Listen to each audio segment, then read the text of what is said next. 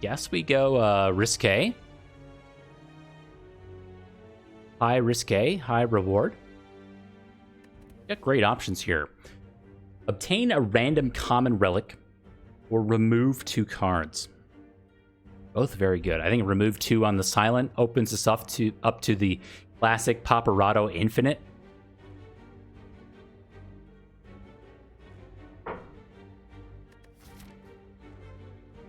What we don't like is the Elite Before the Campfire, which Silent tends to struggle with.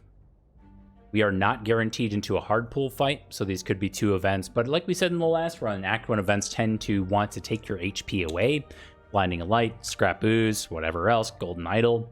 These events like to take your current HP away from you, so we have to factor in some amount of damage into these question marks before this Elite, so these need to go really well.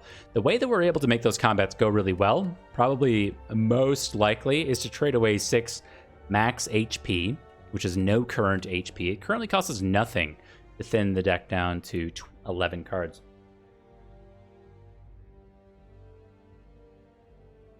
Let's start a prediction. I like this one a lot. Will the Elite attack for 20 on turn 2? Set that for several minutes. So let me explain this if you don't quite get it. This means, 1, the sentries, right? The sentries attack for 20 on turn 2, or Lagavulin if it's woken up on turn 1. So Gremlin Knob is always out, and this does not include things like weak. So if we're able to weaken Lagavulin or the sentries, so it's technically not 20, I'm counting it as 20. So just to be clear, if we apply Neutralize on Lagavulin for turn 2 and we wake him up on turn 1 or whatever, still counts for the full 20 in this instance. I'm not going to get nitpicky about it, just kind of is what it is. Will the enemy attack for 20 unmitigated on turn 2? Maybe I should edit that. We're always doing Birdcage. We're always splitting the difference with Defend and Strike, so we can still deal with things like Jawworm and Cultist on floor 1.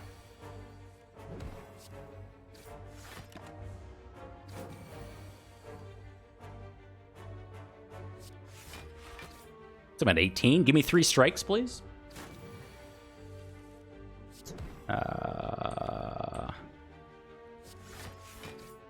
Okay, not too bad.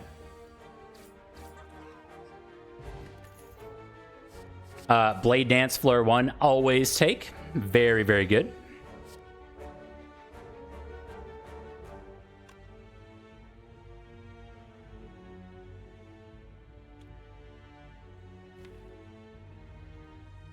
We're almost always being made frail on turn 2, which is why this turn 1 kind of sucks.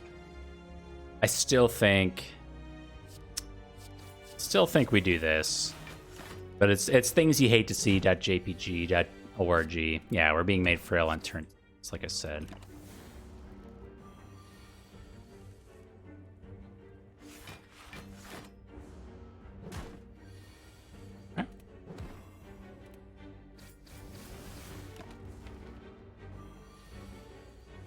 Cool.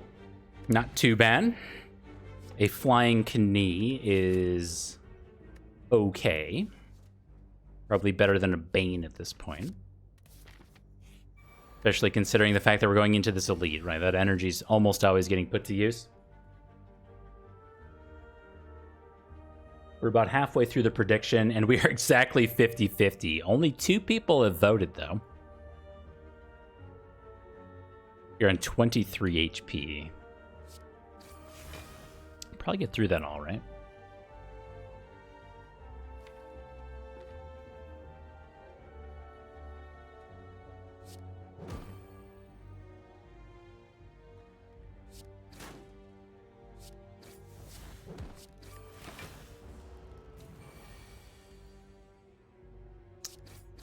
And only 2 people have voted in the prediction. It must not be an S tier prediction.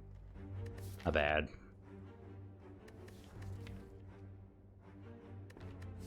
Now the real question is, do we have to take 1,000 cuts here? A categorically I thought mods could vote. Maybe I got some fake news earlier. Nightdew told me that mods could vote in predictions now.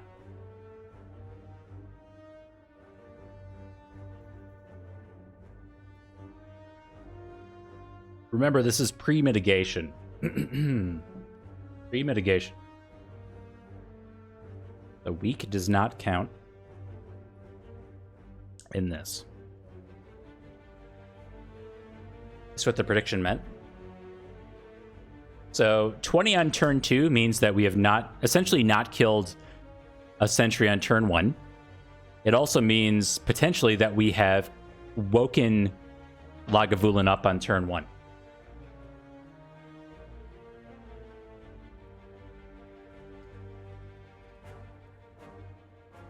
So odds are that we will not be hit for 20 on turn 2, just because maybe we're not waking up Lagavulin on turn 1, and then it's like a 1 in 3 to see sentries. So odds are definitely towards no, we won't be hit for 20 on turn 2, but that also presents an interesting opportunity to make a lot of Dane bucks. Essentially, if we wake up Lagavulin on turn 1, or if we fight the sentries. That's my attempt to inject some fun into that bet. Egads. This sucks.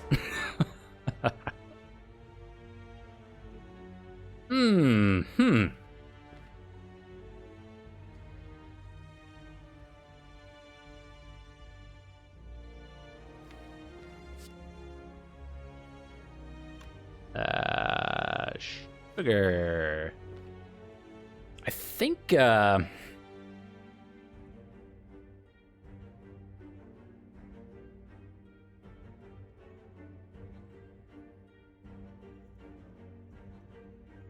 yeah, kill 1, take 15 seems to be, like, the most likely situation. Like, we don't get 1,000 cuts into play here. Maybe if it was upgraded, it would be worth it, but in this instance, probably not.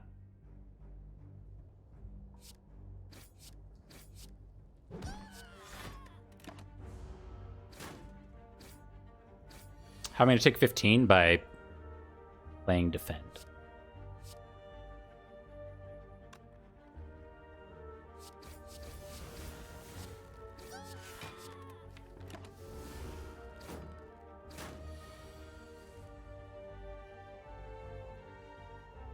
Yeah, but yeah, exactly. This normal combat will attack for that amount. I probably block this out. All right, so let me figure this out. This is 12, 15, 21, and then we full 12, 15, 21.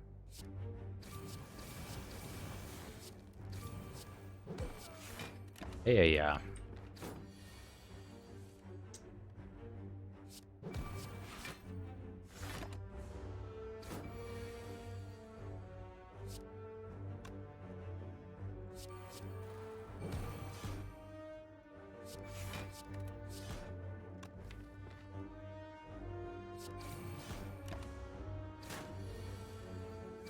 Ouch.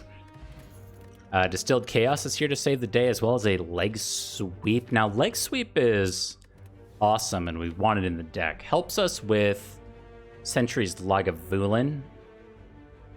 Kind of.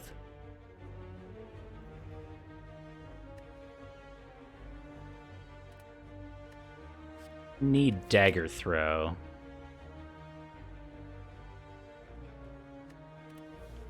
That's tough.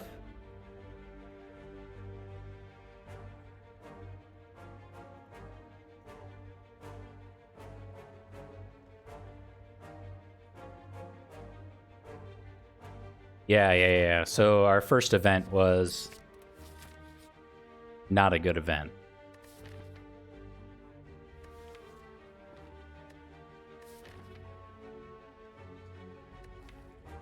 Okay, so remove is really powerful when we are... And I think we take heal here, but like we could remove defend here to increase our damage output.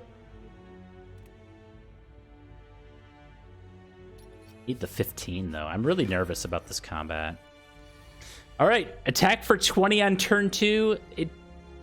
It doesn't look like we're waking up Lagavulin on turn 1.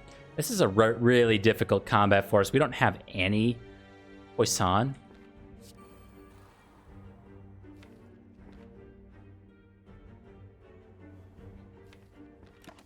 So I'm sorry to say that the prediction outcome is no. No, we did not get hit for 20 on turn 2.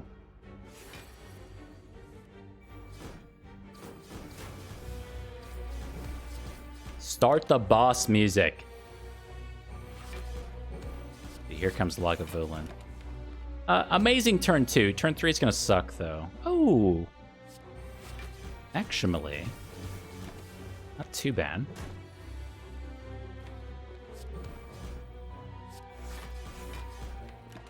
Okay, next turn's probably Distilled Chaos.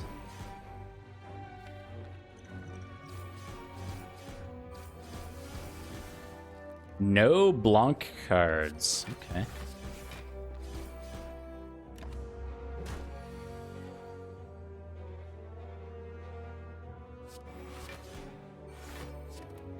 All right. 1,000 Cuts is wonderfully not affected by strength down, so we just have to play roughly 5 cards next turn. Oh, look at that. We're just fine. Shivs for 0 becomes Shivs for 1. Good. We got a Frozen Egg very early on. Deadly Poison. Great for our Hexaghost combat. We can also do Acrobatics. Now, we're on 15 cards. It's certainly interesting. We're going not straight into another Elite.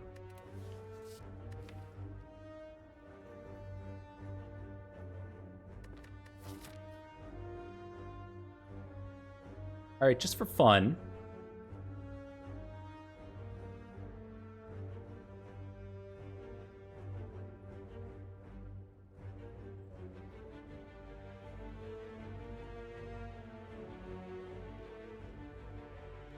We are going to do one more prediction here. Will the next Elite be Gramlaw Nobbert? So 50-50. This is just a coin flip. This is your opportunity to make some serious Dane bucks. If I were betting, I would say we picked up 2 skills and a power. This feels like die to Gremlin Nobbert territory. Just from experience playing the Silent.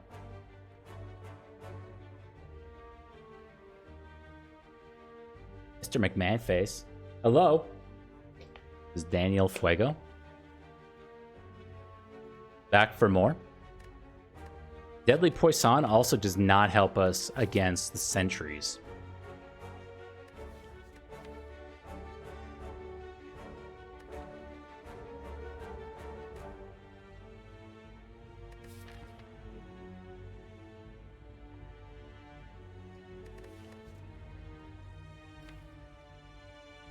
It's tough.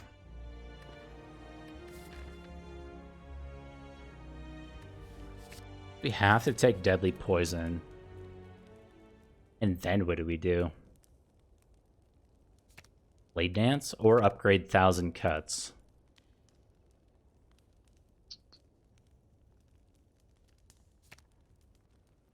Blade Dance first. Seems more impactful.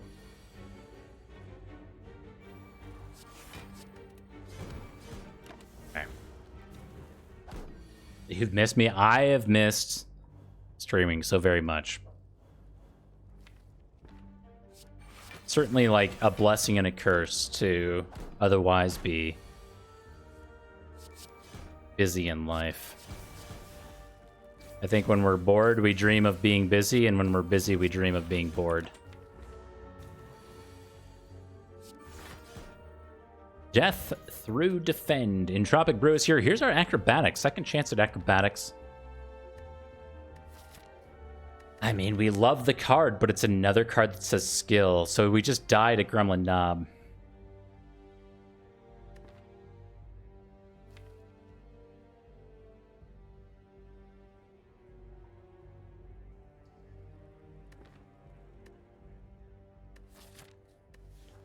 Take the card draw. Ooh, Warpaint's so good. We've added so many skills here. This can't possibly be 2 defends. It actually wasn't.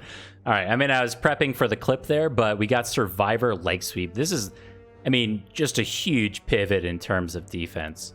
That's amazing. It is Gremlin Knob. The good with the bad.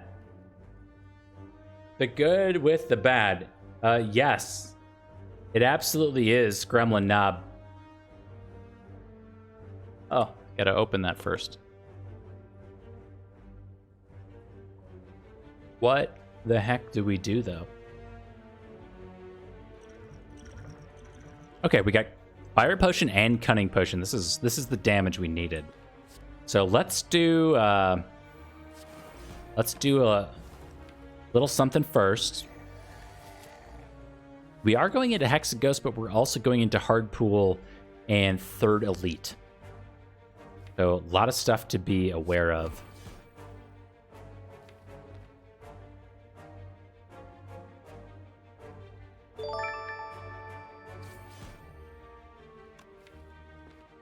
Go deep here.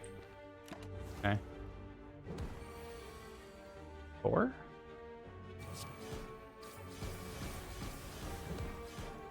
All right, so this is 18 plus 3, 21.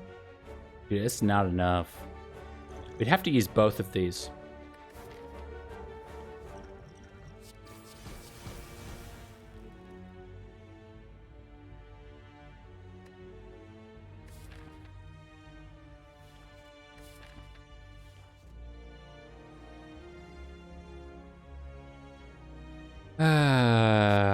Let me see the numbers.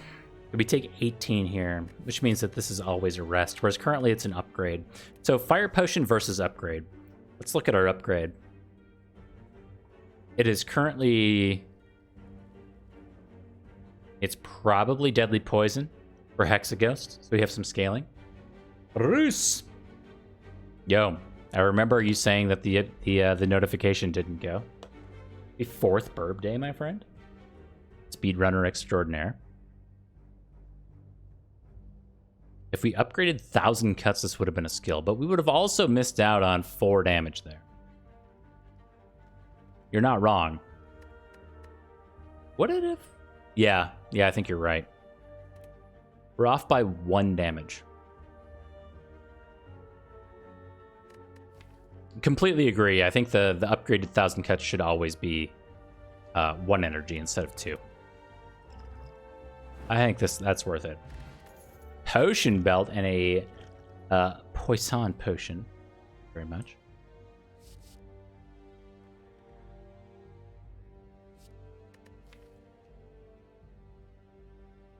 So escape plan with 1,000 cuts, and considering that we've added 4 skill cards, seems okay. Predator.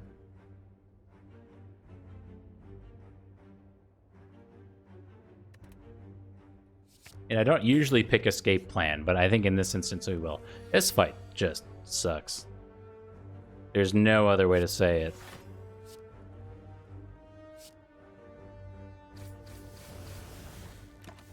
This fight's actively terrible.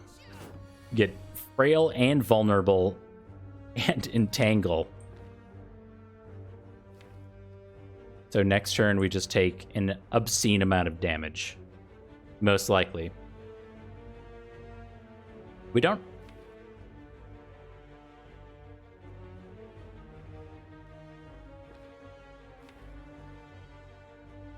So we have a few ways out. So we can try to acrobatics our way out of next turn.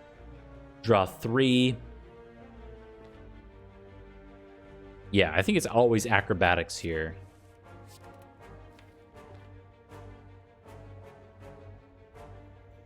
Always survivor.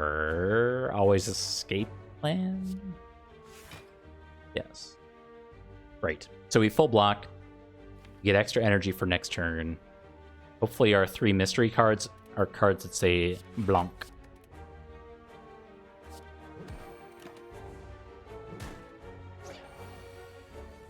Hey, only 6. That's not so bad. That's actually really good.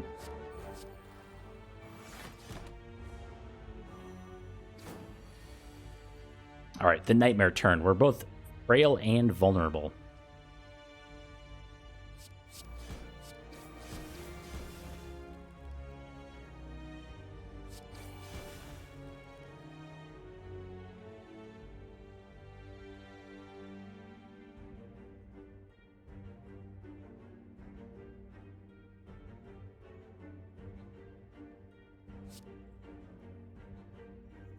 I think I messed this turn up.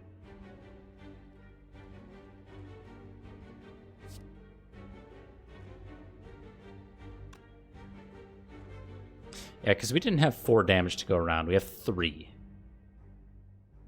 It's like maybe a Shiv could have gone here instead of into the Slaver if I played a little bit more slowly, but I don't think so. Go there. Ouch.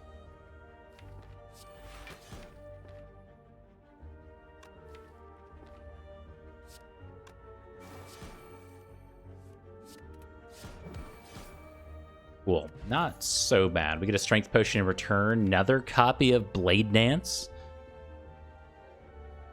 Kind of cute. Doing some Blade Dance 1000 cuts things.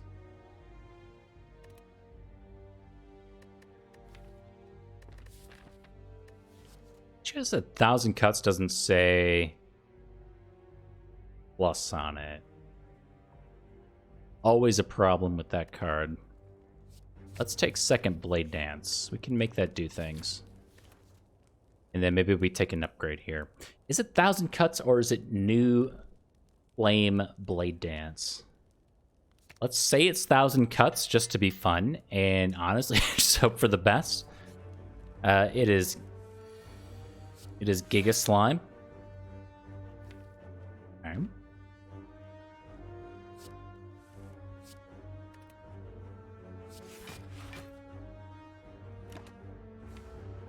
Week 5. Man, this combat's looking a little bit tight.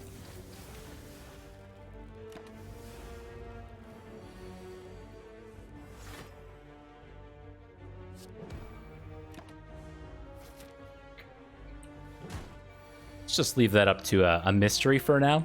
Who knows what's going to happen there?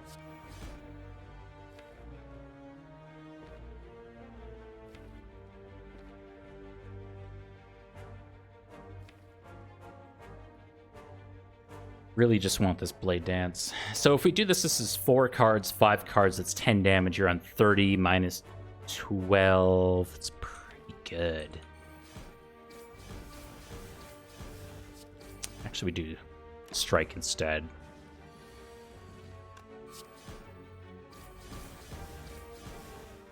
Cool. And no potion, but we do get a storm of memes here. Real fun with our acrobatics 1,000 cuts infinite that we have going.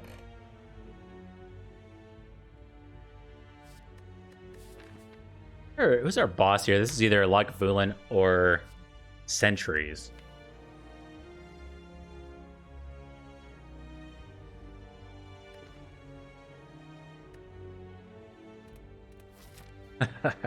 Man, that really goes one of 2 ways, doesn't it? We could very easily die on turn 2 against Sentries. We've got no source of 4 energy. You have a strength potion. Poison potion.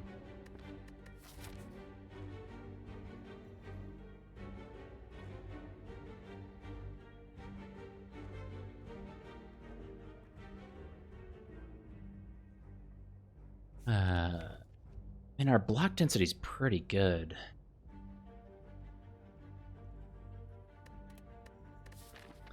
No other good events. I think this was a hard pool fight.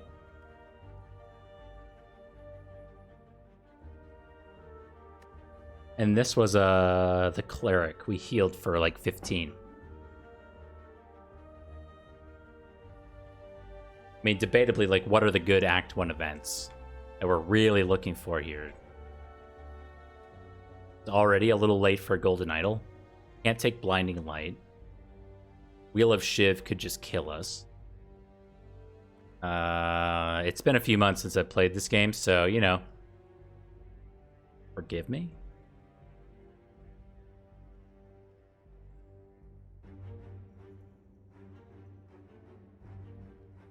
Mushroom? Mushroom could be good. Like, not only that, but Elite is a chance for a potion. Like, Lagavulin might not do any damage to us with our weak density. Yeah, Dead Adventurer, I mean, Dead Adventurer could just kill us. It's not necessarily better than just choosing an Elite.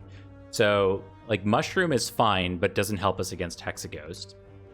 We're already at an awkward amount of HP for Hexaghost.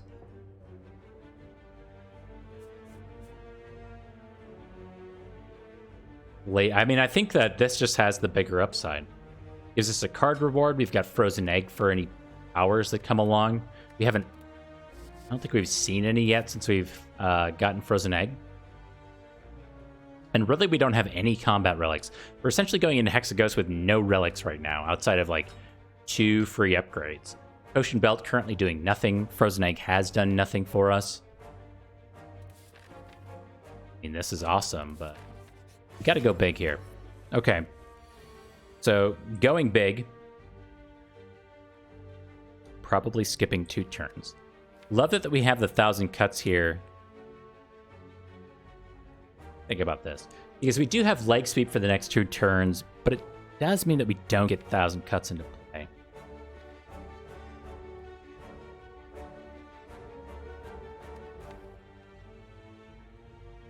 Using both, I think we need 1 pot for Hexaghost.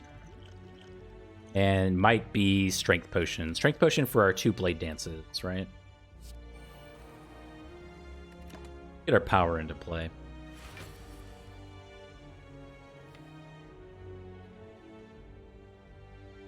Next turn's good.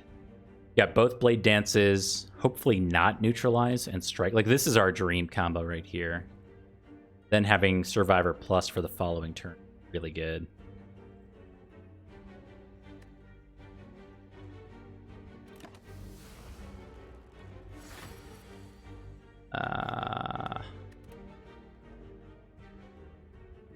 Okay.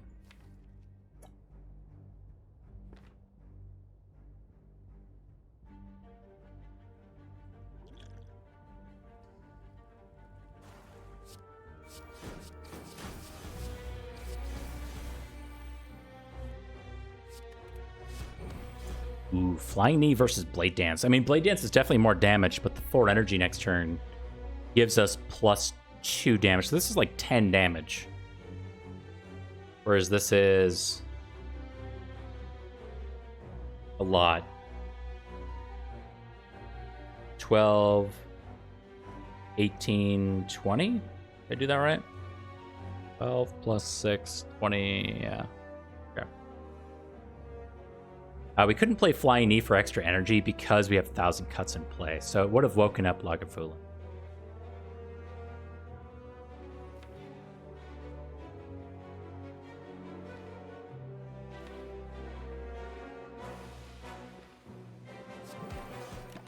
It's Flying Knee. Oh, are we just dead? Because we didn't get Leg Sweep?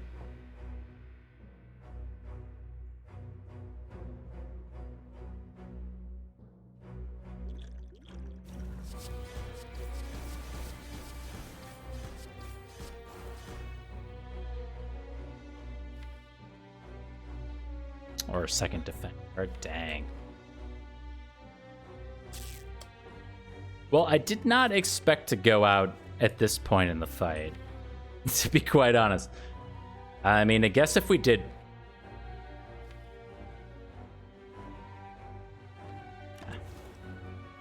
I'm kind of surprised we went out like that.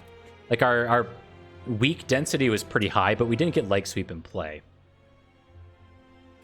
Yeah, I mean, Strength Pot saved the turn prior, but I don't think we survived through Hexaghost if we didn't save Strength Potion for that combat. Right? Probably. That's alright.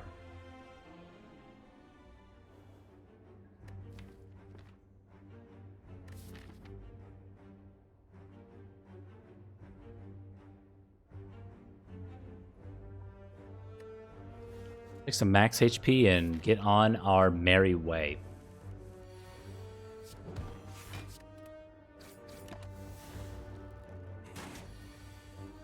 Yeah, so exactly. Like, I mean, that's my thinking too. Like, if we use strength pot there, we just died to Hexaghost. There's no other way around it. We didn't have the poison scaling or really any kind of scaling for Hexaghost.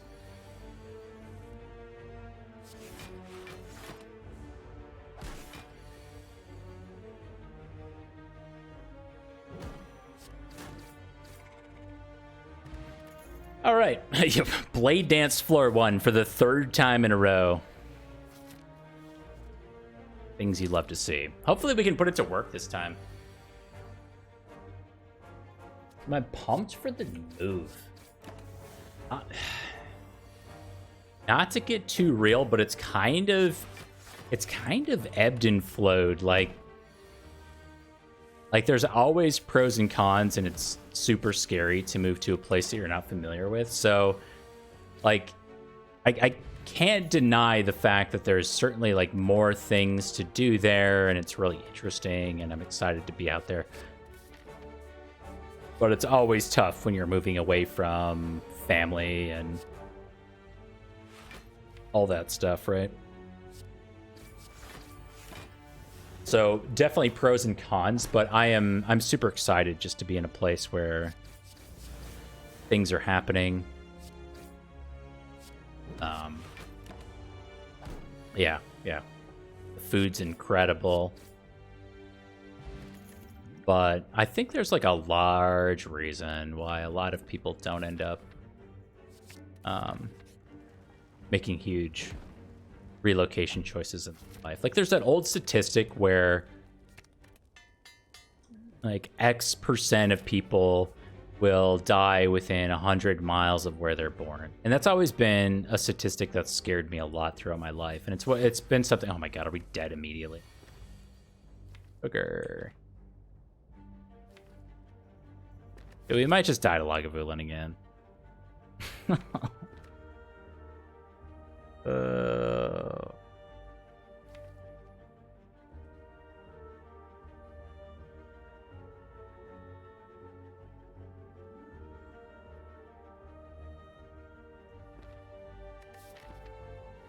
No, I mean, we just need to put out a lot of damage.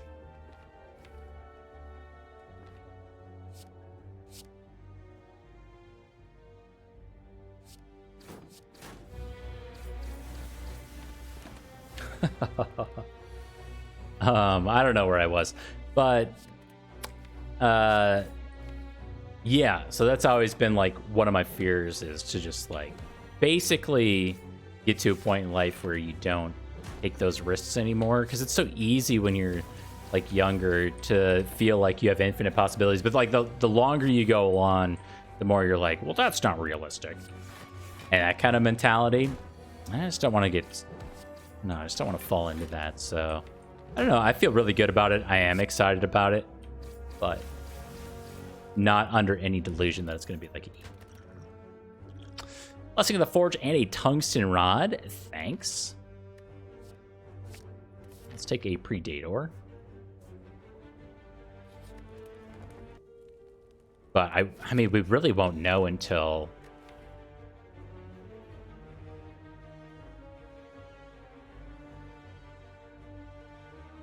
we'll never know until like a year after you make a decision, and you'll never really know. But it was like, it was between doing something and just staying the course, and staying the course didn't feel right. I mean, that's all that I can really tell you, is that continuing to do what I was doing now didn't feel right. So whether this was the right decision or not to like pick up and move across the country, I don't know. But I'm able to do it, and it was exciting. So yeah.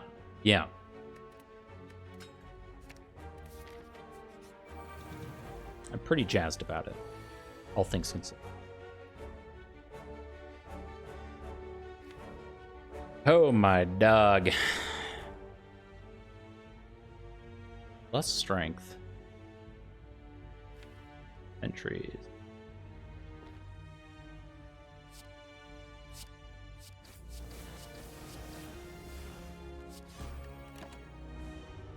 Gotta do damage. I don't know. I think we die here. To be quite honest. Maybe Waffle saves?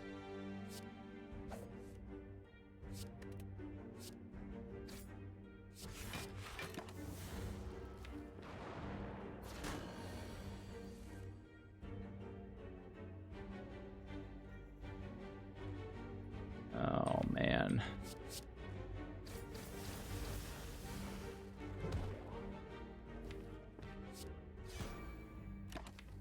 Okay.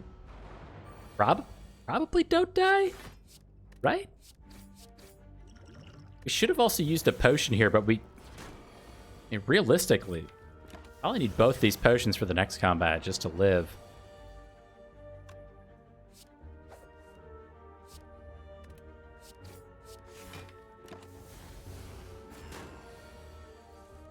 Oh, sugar.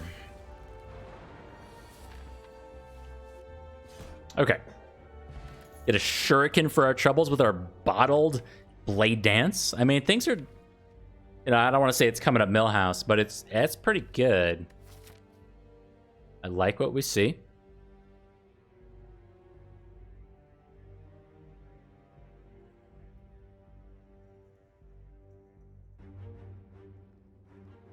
Where am I moving? I am moving to beautiful sunny California from the Midwest of the US. So it's, very, very different. For sure. I mean, we went from I remember we flew out there for a home finding trip, and there's nothing quite like going from the Midwest of the United States to California, where you have 6 or 7 lane highways.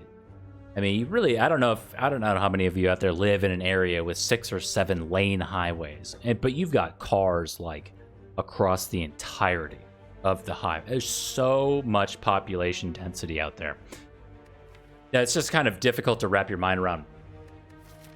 So it's very different. And when we were out on our home finding trip and we flew back and we landed and we get in the car and we're driving home, we're on this little 2-lane highway. And it's pretty, there's not a lot of people around, even on a 2-lane highway. And I was just damn. I mean, it's difficult to really wrap your mind around how many people are out there. But it's beautiful, man. It's just verdant. I mean, really can't describe and do justice to just how gorgeous it is to be in an area like that. So, what it is, man. Floaty pot and a malaise. So we're going into slime boss.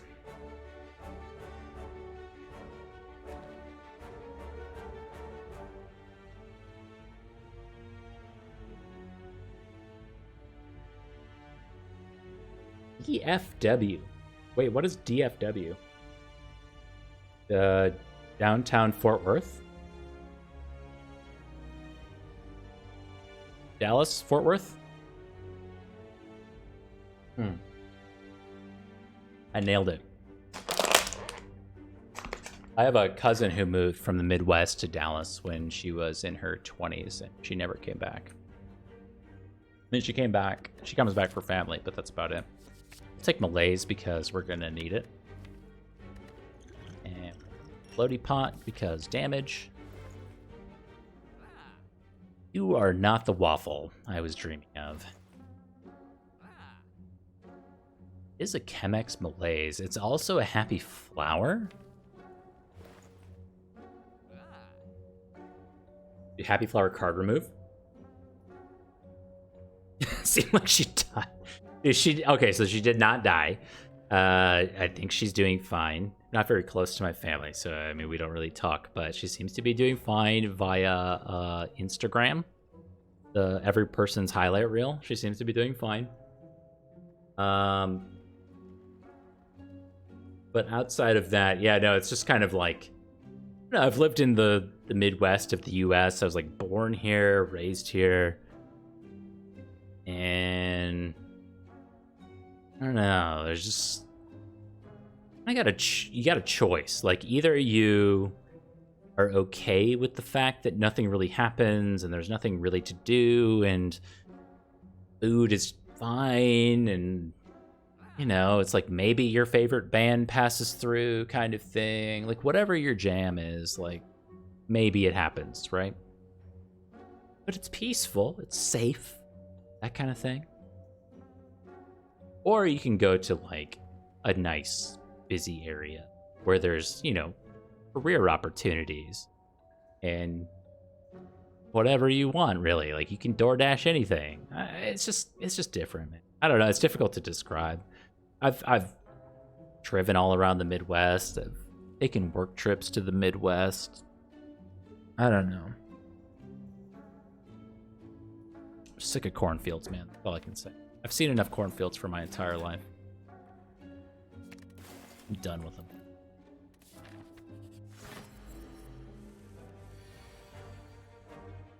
It's the worst place you've been. All right. I mean, I didn't think it was that bad, but not good. I mean, that's the only thing I can really say about it is like pretty safe. You're into safe. That's about it. Pretty good. Can't really go wrong. Sugar. Really needed that.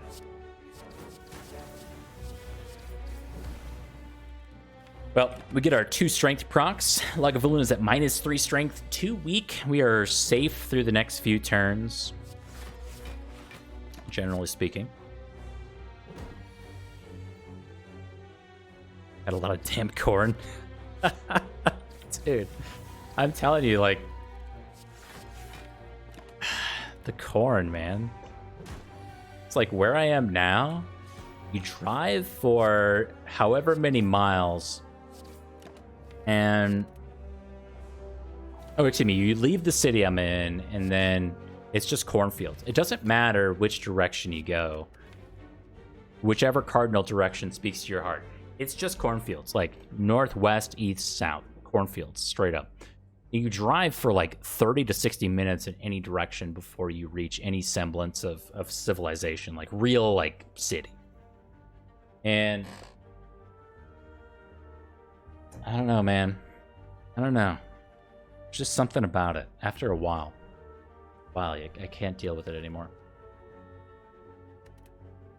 Okay, so we are looking for shuriken-based things. These are not those. Acrobatics kind of is. Gets us back to our blade dance faster. We are going into the slime boss. So I love a noxious fumes going into slime boss, but we're probably resting. Acrobatics. Gain 75 gold and almost die. Thanks. Messed up.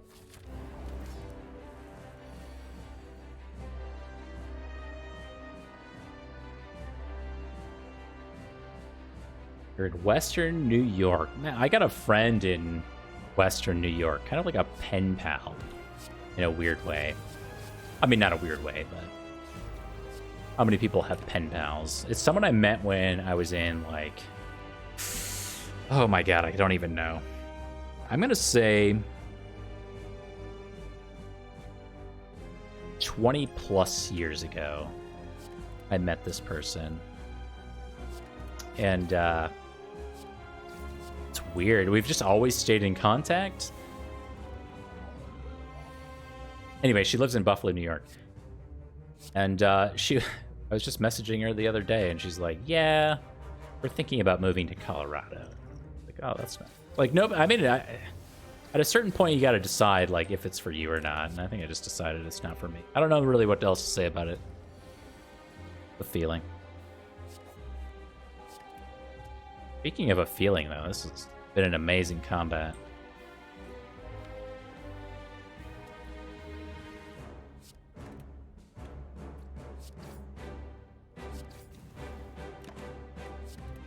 Yeah, yeah. Easy peasy. We didn't even need to rest, much to my surprise. Like busy complaining about the Midwest, and we ended up accidentally killing the slime boss. Whoops. Anyway, yeah, so she's from Buffalo. She's never said anything nice about it, but it's the same thing as the Midwest, man. It's like you don't have anything nice to say about it. She's like, oh yeah, Niagara Falls is like right here, and we can hop over to Canada whenever we want. I'm like, okay. And so can I. Like, I can drive up to Winnipeg whenever I want, and I hear there's a nice music festival up there, but I've never been. You know?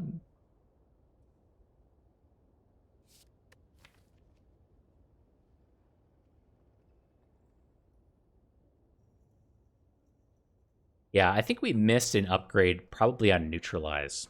Though I don't know if I would upgrade Neutralize before a Slime Boss fight, to be quite honest. Maybe Acrobatics? How nutty does the deck get with a Burst, not Plus? So we can Burst Blade Dance, we can Burst Malaise. Maybe we get Runic Pyramid here? And things get real nutty. We don't take Bullet Time here, even though we have Acrobatics. This would need to say Plus. Maybe this would need to say Plus. Do the Burst. Ooh.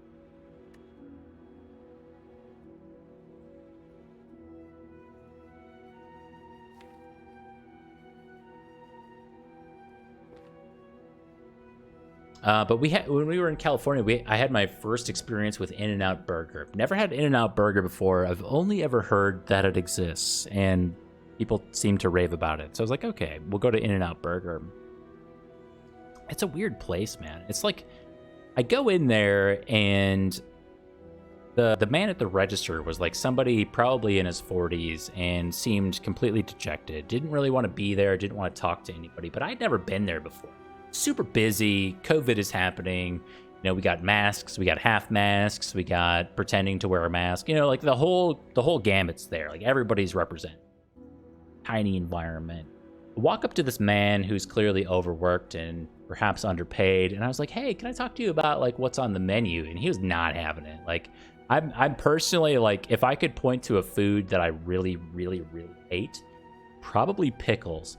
It's kind of a polarizing food. You either love pickles, you hate pickles. I don't know. There's few people. There's like people put up with pickles, but it's usually in like, oh, well, yeah. I mean, I'll eat them, but I'd prefer if they weren't there. You know, it's not worth like not eating them. I'm in team hate pickles. So I'm like, I go up to the man. I'm like, hey, so I see the menu here. Do you put pickles on your burgers? And it's loud. He can't hear me, and he says something, and I kind of repeat myself. And he says something. So I'm like, all right, forget it. At this point, I don't care. Now, I hear at In-N-Out Burger, there's a secret menu. And I was like, I wanted to talk to this man about the secret menu. But again, not having it. It's a secret menu that everyone knows exists, but it's not listed there. So it's not really secret. It's just like, you just got to know the password and then you're in. I didn't feel comfortable ordering off the secret menu at In-N-Out Burger because I had never done it before. I had never seen anyone do it before, and I didn't have an experienced professional with me. So I just ordered their like double or whatever. I get it, it's fine. Perhaps the worst French fries I've ever had in my life. But it was a fine experience. But I hear it's like a uniquely West Coast kind of thing. And if you post it on Instagram, you get lots of likes.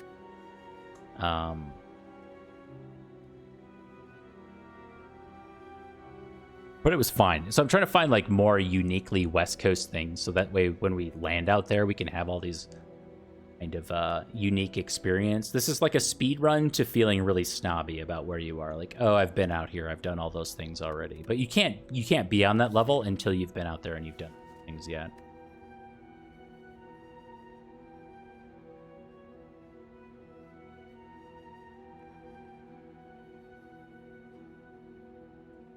Dude, In-N-Out fries, even animal style, this is, I can't really put it into words for you. These are the worst French fries I think I've ever had in my life. These are just like, oh man, it is just the most emotionless, flavorless, nothing you could possibly imagine. It's like if somebody took a raw potato, cut it up into fries, and then somehow removed more flavor from a raw, starchy potato. Like, it's just nothing. I mean, it is technically like a chewy, starch-based fry, and somehow they've removed flavor from this. I cannot explain to you the depths of, like, I'm not a French fry snob by any means. I don't get a lot of fast food, to be quite honest, but it's like, I was eating these, and I was like, you go into it with some kind of false sense of like, oh, this is gonna be all right.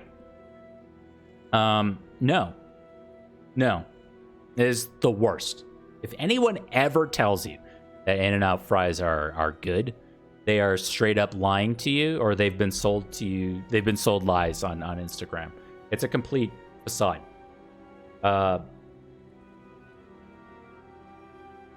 Culver's fries. You know what? At least Culver's fries try to be like crinkle cut or whatever you call those. At least they're trying. Occasionally they have some salt on them, like somebody like half-assed, like sprinkled some salt, like here you go, here's some salt, I guess. Like In-N-Out fries are not even that.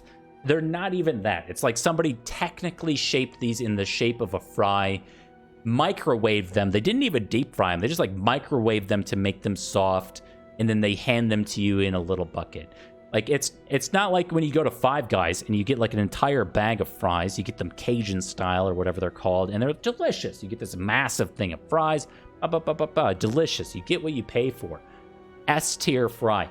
In-N-Out is like, don't even put them on the tier list. Like, they don't deserve to be recognized in the F tier. It is the worst fucking French fry you can possibly imagine on Earth. It is nothing. It is truly nothing. I also heard that you can order their sauce, but it's not anything special. It's like, if you've ever been to Cane's Fried Chicken, I don't know how far Cane's goes, but Cane's is like S-tier fried chicken. And I know you're like, dude, I'm sick of fried chicken. I don't know. Cane's is really good. Got a great sauce. It's like a mayo, ketchup, Worcestershire, black pepper kind of. Like, it's a great concoction. The Cane's sauce is really S-tier. In-N-Out Burger has a similar style of sauce, but it looks like somebody took Heinz ketchup, removed the flavor, took a mayo, which is already inherently terrible, and somehow made it worse, and mixed them together with no seasoning, and then you have In-N-Out's sauce. I don't know what they call it. Truly terrible.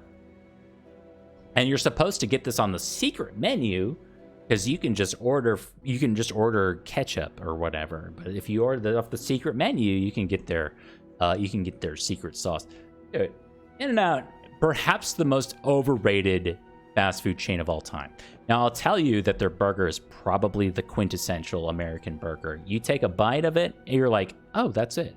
You're like, it's something clicks in the back of your mind. There's something innately like, oh, that is the American cheeseburger. Like, if I could probably hand anyone from anywhere across the world what an American cheeseburger is, I would probably hand them an In-N-Out burger, to be quite honest. Like, it's just good. Like, I don't really know. It's just like terrible American cheese. You get like a shitty tomato slice. You get some lettuce. I don't know what their sauce is. Doesn't really have much flavor. Then you get this like pounded out patty that's super flat put onto a burger. But there it is, man. There's the American cheeseburger. And what really sells me on the In-N-Out burger is like, here it is. That'll be like $3. And you're like, wait, it's current calendar year. How could that possibly be $3 for a cheeseburger? And you're like, but it is. Price to taste ratio, nobody beats In-N-Out on their burger. Just straight up. You have to factor in price. If you don't factor in price, I don't mean to seem snobby. Here you go. I'm gonna like push up my glasses. I'm gonna like flash some cash on the webcam or whatever it is. Here it is. When I was leaving San Francisco, we did a DoorDash for a burger restaurant in San Francisco. And we got a Wagyu beef cheeseburger and fries. Sounds like I eat a lot of cheeseburgers. I don't. We got a Wagyu beef cheeseburger. It was the most expensive cheeseburger I've ever ordered in my life. But my God, I mean, it is like... I mean, that was like, I didn't think you could really surpass a certain level. Like, yeah, you've had your Five Guys or whatever. You've had your smash burger. I don't know. Wow. Like, I mean, it is just amazing. Dude, I mean, I'm not trying to like, let's not turn this into an argument of hamburger versus steak, right? Like the steak is always going to be better than the hamburger. Let's not go down that road. Okay, Wagyu steak or whatever. Okay, like it's different. It's just different, you know. I'm telling you what I ate, and I'm telling you it was delicious. You know, I don't really have much more to say. So if you remove price from the equation, you can easily surpass In-N-Out. But I'm just telling you, for price to quality ratio, I don't know if many people or many places beat In-N-Out Burger. Anyway, I'm not hashtag ad, by the way. This is not a sponsored stream.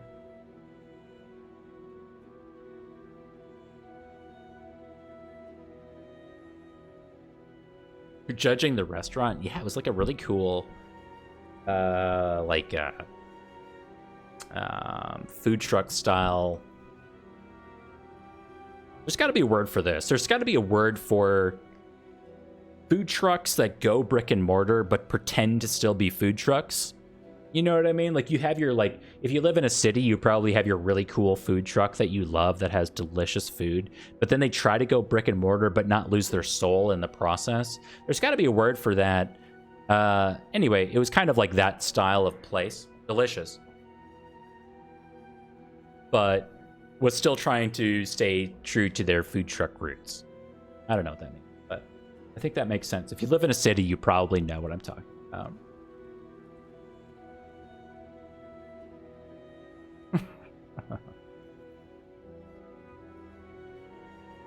Vegetarian for 3 years now. Dude, we're so close. Okay, I've been talking a lot about cheeseburgers. We're really close to going to vegetarian here.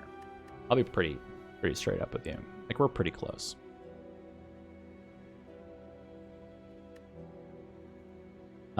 Is this Pandora's box in Prey? Yeah, let's just win the run right here. This is good. This is good. This is good. This is okay if we can make it say plus. I mean, this is great with Shuriken and our bottled blade dance. Potentially. Okay, let's see what happens. Yeah, I mean, accuracy's in there too. Okay, we're gonna need a few more things to really make this pop. It's 100 gold for our first card remove. I like Campfire before Elite. Yeah, this is a great path. Dude, that's the one right there. Okay, so let me think about the elites this act. We have Gremlin Knob. Oh, it's been too long. Gremlin Knob, Book of Stabbing. And... No, not Gremlin Knob. Gremlin Leader. I'm sorry. Gremlin Leader, Book of Stabbing, Prize Slavers. So attack on turn 2 is not good.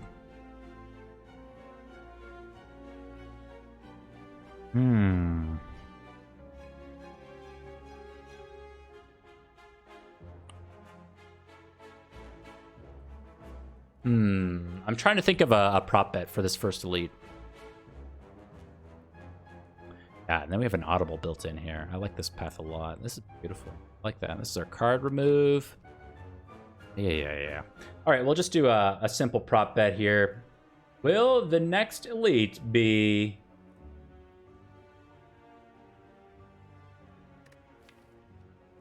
We have Malaise, so we're hoping it's Book of Stabbing. So, of course, it's not going to be Book of Stabbing. Will it be Gramlon? Sure.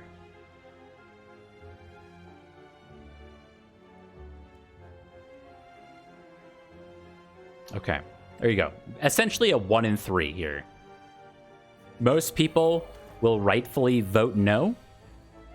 The mathemageniuses among us will probably vote yes.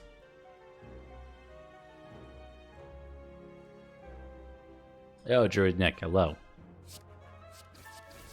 Thank you. It is a fleeting moment, to be quite honest. The accuracy was the play there. Sure.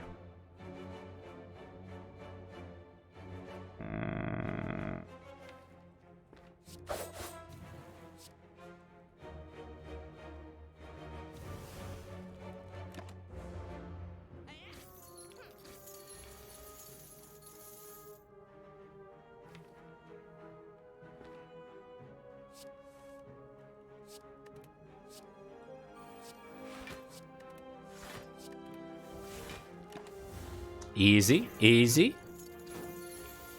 Not attacking us, you jerk. Okay, so whatever we discard here, chance to draw again. So probably want to draw Slice again.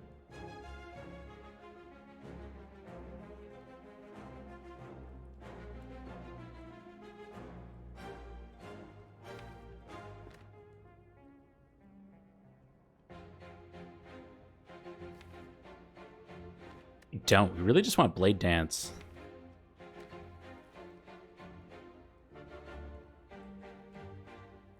We're gonna go to 5 energy, so let's just do it this way.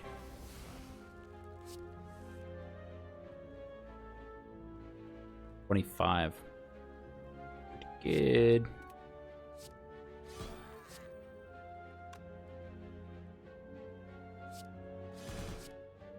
Order.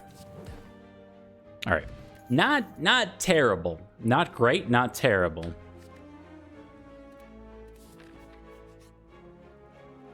Yo, the rare Bloody Idol. We don't have great gold gain, like we don't have surprise gold gain anywhere, but that's okay. This is very rare. Very rare.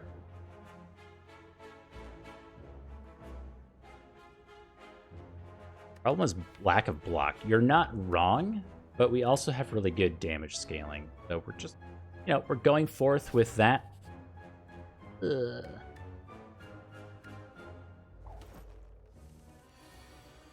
Fight another elite here. Works.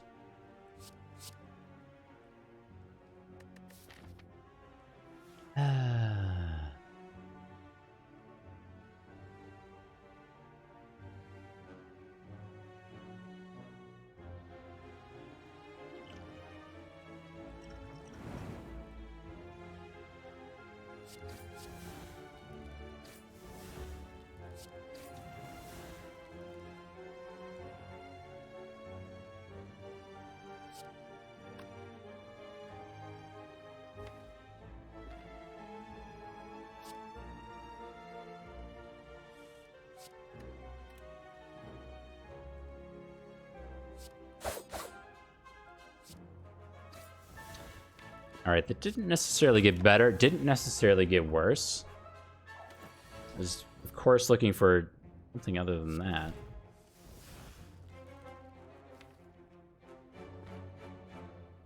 There's 16 on it now? Ugh.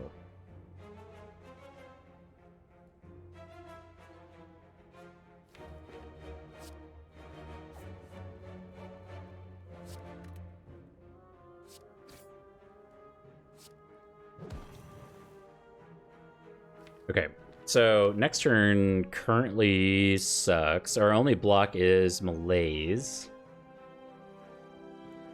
Healing for 5. We are off by 1 damage. I think we just do this.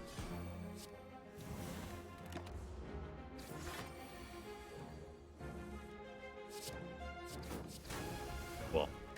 The Shuriken hard carry. We get our HP back. Thanks to Golden Idol, we get a red mask and a skip button. Ooh, the burst.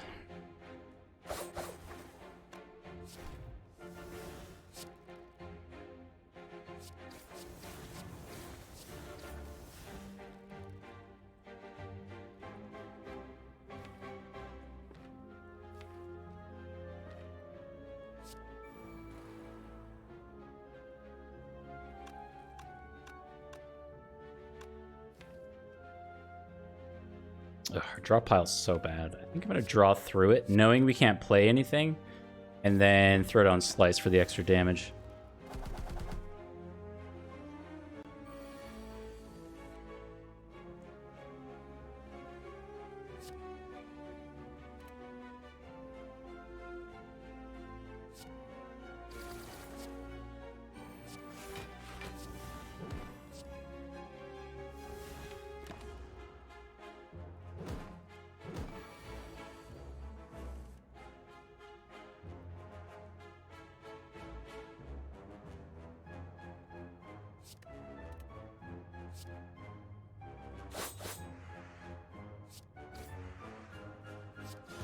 Pretty good. We're actually going to heal off of that combat thanks to Bloody Idol. Catalyst Plus is here, but we don't have any Poison. I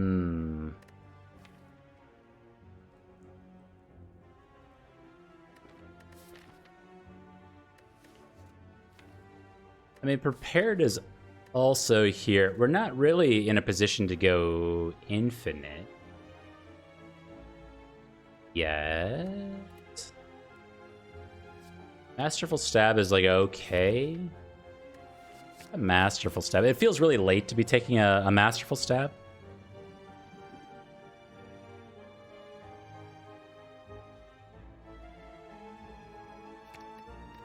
For expertise. Expertise is like expertise versus scroll is always a tough argument. Like, how do you go on team expertise versus scroll in any situation?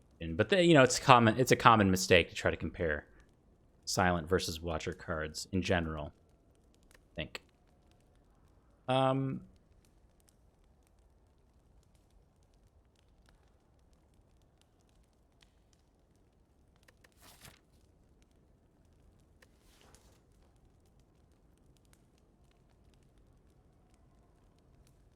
Tools? On 3 energy, Act 2, silent. We're usually looking for energy upgrades. So we're looking for like Burst is kind of an energy upgrade. Malaise is kind of an energy upgrade. Tools is an obvious one. It goes to 0. Really important. Allows us to draw more. Rid of status cards. Not draw tools in the trade, which is apparently more card drawn. Yeah, Adrenaline's okay for the extra energy. With 2 acrobatics. Okay. I feel sold on this. All right, what was our prop bet? Will the Elite be Gremlin Leader? Surprisingly, this was 30 to 70 odds. This is almost exactly what you would expect. It is the Book of Stabbing. Oh. It's not. I mean, I don't mean to say no in a disappointed tone. I'm just always on team yes. I guess that's my own problem. So we could do accuracy, burst, adrenaline. Kind of cute. We drop 3 cards. We go to 4. Discard some shivs. We gain 2 shuriken procs. Don't get tools of the trade. Interesting. I think we're doing that.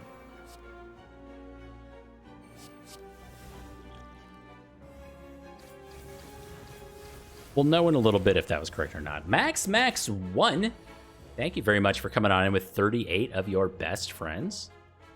Welcome on in, everybody. I present to you something beautiful and something terrible, all at the same time. Thank you, Tungsten Rod. Been on a small hiatus from streaming for a little while. If you don't recognize me. I'm glad you all found your way here.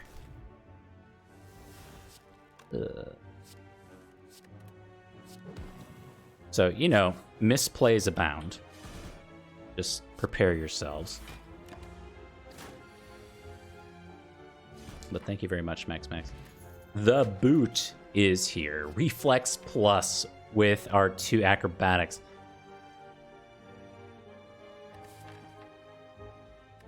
Okay. I see what the game wants me to do, and I am very much on board.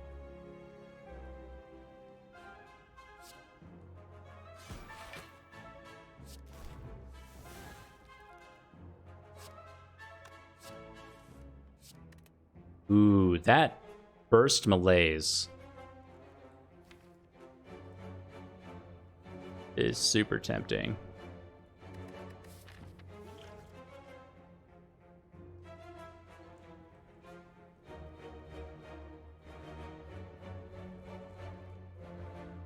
All right, 1 minute for one more prediction. Now we have a 50-50 on Gremlin Leader. Will the next Elite be Gremlin Leader? Really got to think about that one.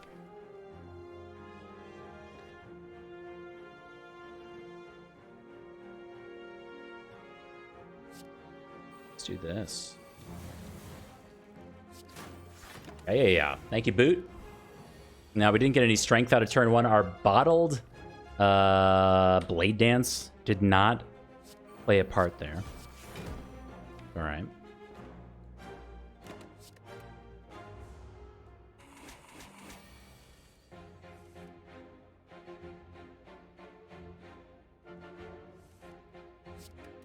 Too soon.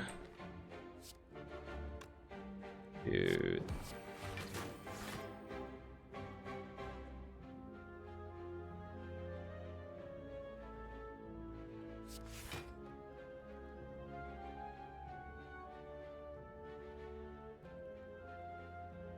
Yeah, I mean, it's got to be Blade Dance.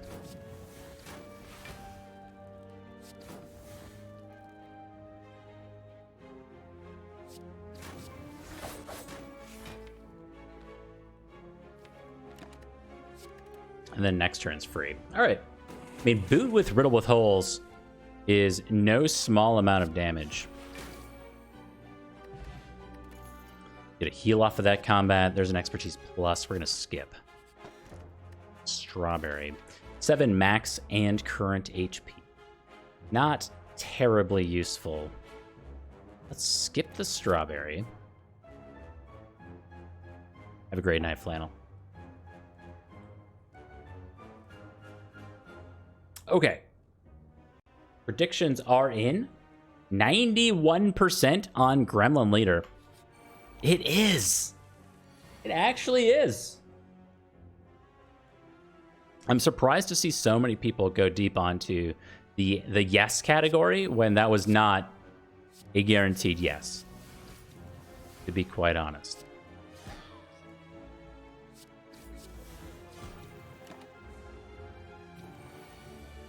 Good thing you didn't go all in on no. True.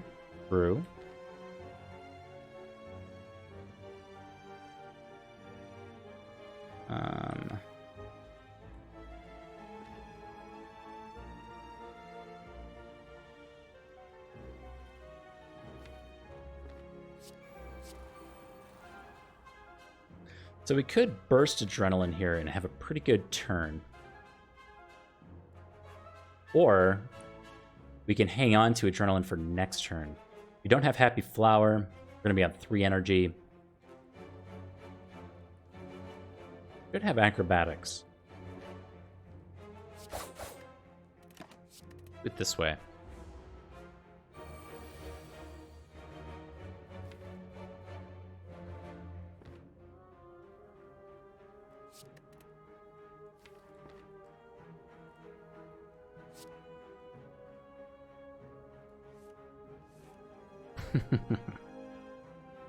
Blaze came back around. Okay.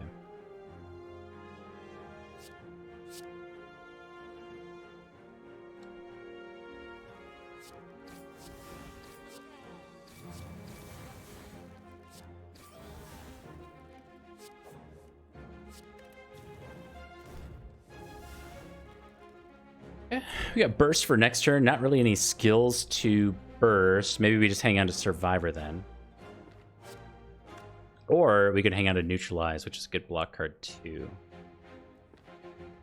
You do have Happy Flower and hopefully Acrobatics Reflex.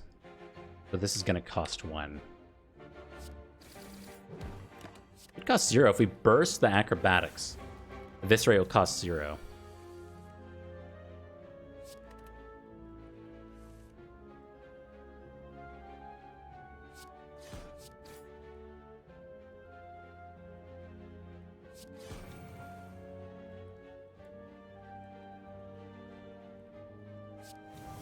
Let's go one more turn on Happy Flower.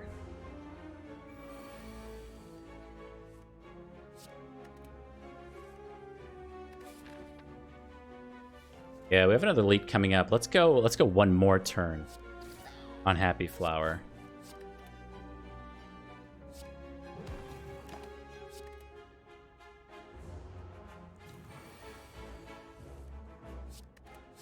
All right, 0 damage. Gremlin leader fight. We get a peace pipe, allowing us to. How do we go infinite here? We need we need energy generation.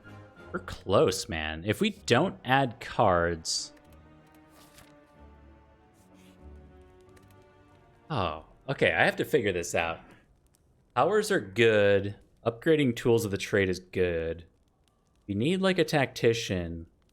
And then we upgrade that, and we're probably. I don't want to say we're just infinite, but we're pretty close. But we need to remove a lot of cards. So what are we removing? I think Riddle with Holes could go, even with the strength scaling. Acrobatic. 2 copies of Acrobatics is like perfect for going infinite with the silent. Those of the trade also exceptionally good. Accuracy is fine, but a bit unnecessary. The nice thing about accuracy is it goes away on its own. There's like, okay. Eat the riddle.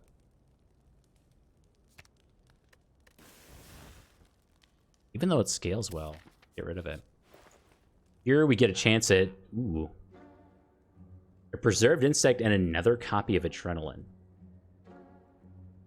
Don't see the tactician. Hey, Jackal, have a great night. Just want card remove here. We want lots and lots and lots of card remove.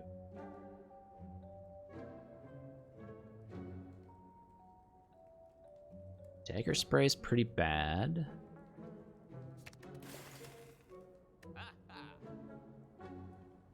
Madness is cute.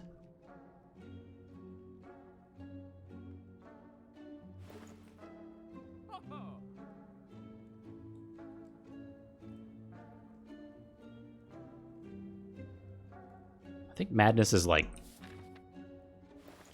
It's maybe too cute for this. Like, getting an Acrobatics to cost 0 is definitely one way to go infinite with the Silent.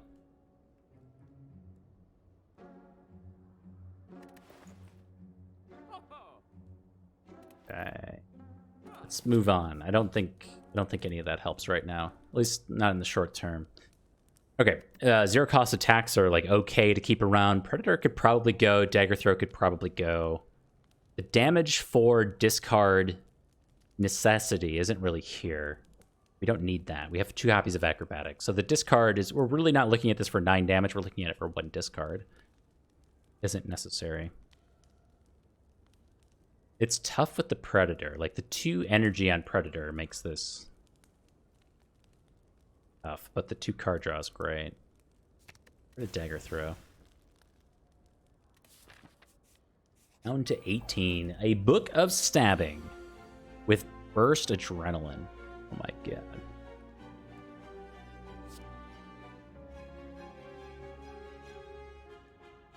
Wait, I gotta figure this out. So if we Adrenaline now, we go to 6. It's 10. Versus Burst Adrenaline, this goes to 6-8. Okay.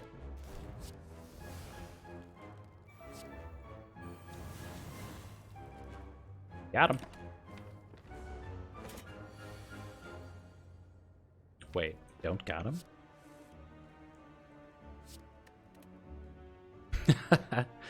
No, we have Tungsten Rod. Okay, we don't take any damage here. False alarm.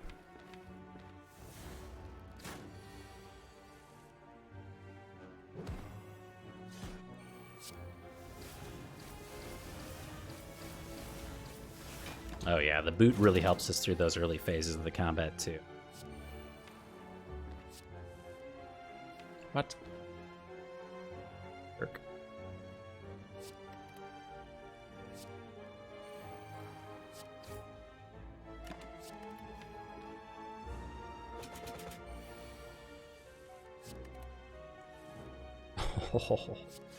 I mean, it's kind of all happening.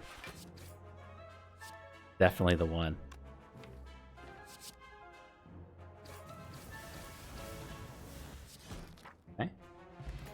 Toxic Egg? Escape Plan. So is Escape Plan almost literally free draw at the end of the day for some amount of block? It's really close to just yes.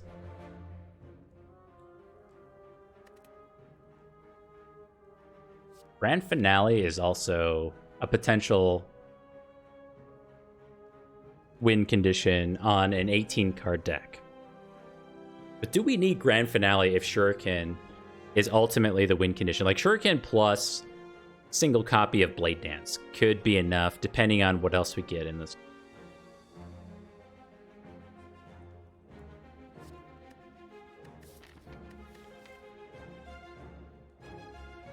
Let me check our actual card draw.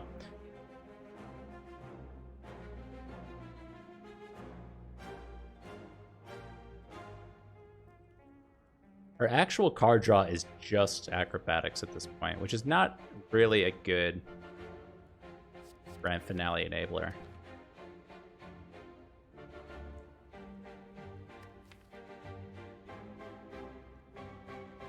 Yeah, I mean, our current Time Eater strategy is to just not fight the Time Eater.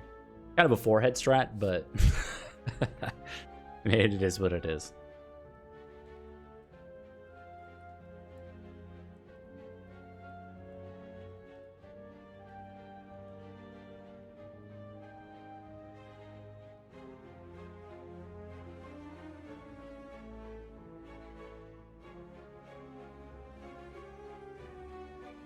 Yeah, I don't know if Malaise is enough, but there's a thing. You have to kind of play a little dance with Peace Pipe on whether we're upgrading cards or whether we're removing them. Like, at a certain point, Masterful Stab and Deflect do nothing. I think we're really close, if not to the point where Predator is just kind of in the way, considering our energy. But upgrading Burst, Malaise, maybe even Tools of the Trade. I think I'm just going to skip.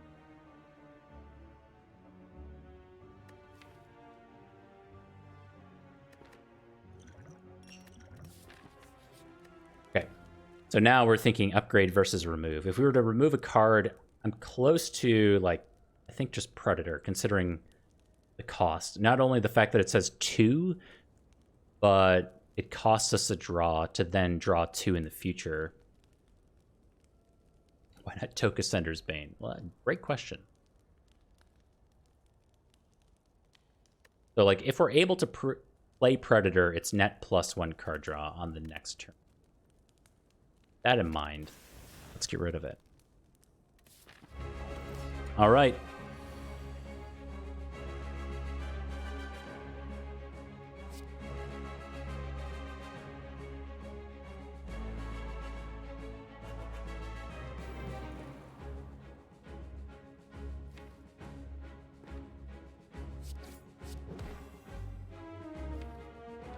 The thing I don't like about this turn is we don't have well-laid plans. So we could draw pot for well-laid plans and then try to hang on to Adrenaline for next turn. Get 2 procs on Shuriken. It's like an ideal turn. We did not get the ideal turn.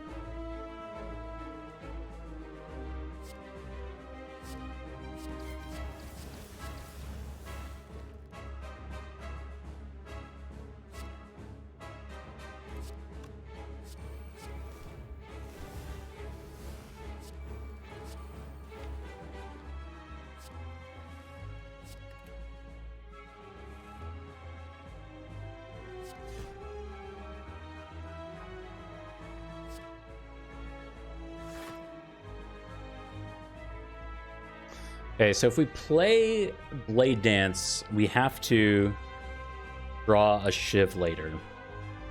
But we get a Strength proc. And we can probably yeet the Malaise to make up for the card draw.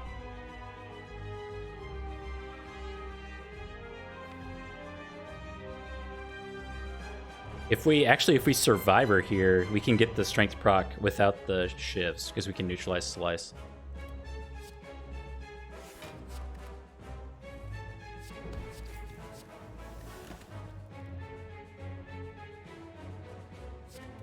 Okay.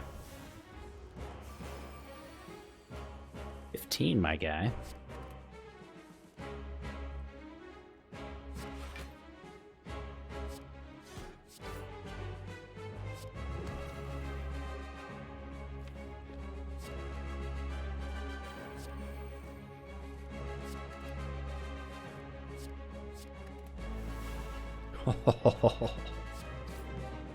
Oh my goodness. Okay, we're close.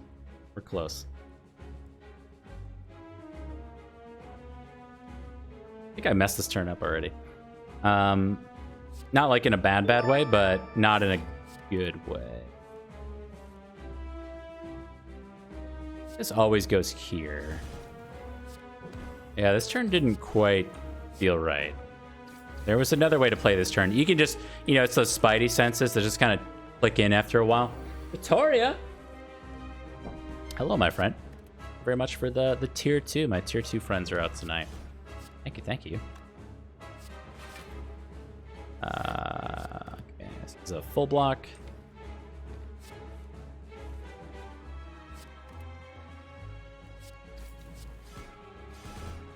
Sorry, I just went it's like semi-infinite against Collector, so baby, back in Adrenaline Plus.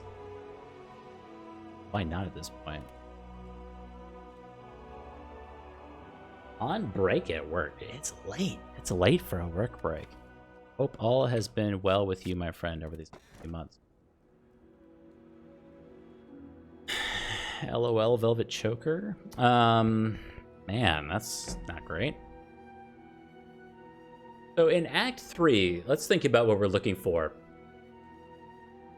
Hard remove, of course. We're looking for, like, Tactician. We're looking for Abacus, maybe.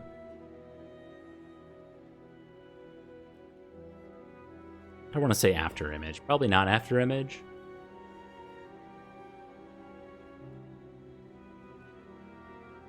So, of course, we're between Sacred Bark and Black Star. Black Star is probably going to give us, like, 2 relics for no gain at the start of Act 3, which I think is fine. Sacred Bark? Always hit or miss with the Sacred Bark. So 2 random relics or Sacred Bark.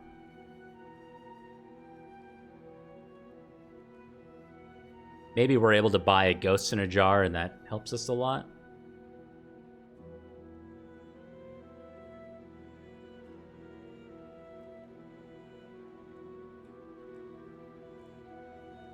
I don't think, like, I mean, Burst Alchemize is great, but it's not really what we're trying to do.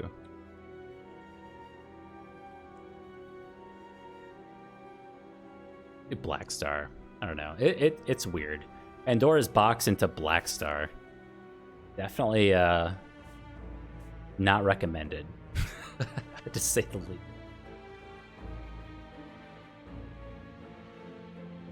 All right, let's see what we got. We got Late Elite. We got Late Shop. Things you love to see. Now, if we go this way, we do need to recall. A bit Elite heavy, but we get 3 relics. So we'd have to recall maybe here or here. And we can make decisions here if things go bad.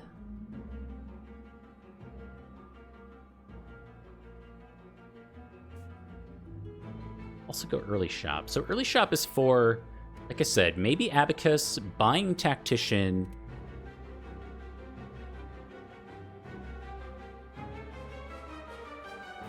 It's like that. So beyond Peace Pipe, I mean, I feel like the removes and the upgrades might be better than the elites. What I'd really like is if this shop was over here, and then we could take extra campfires on the left-hand side. Get 3 campfires. Because we need to upgrade our acrobatics to really do infinite style things.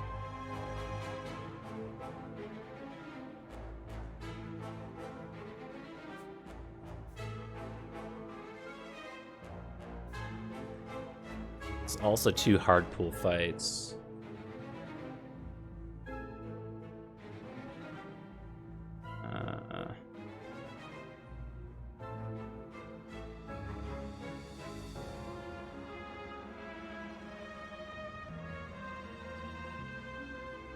Okay, we're going to take the extra combats. We're going to take the extra shop. Try to find our solution to actually go infinite here.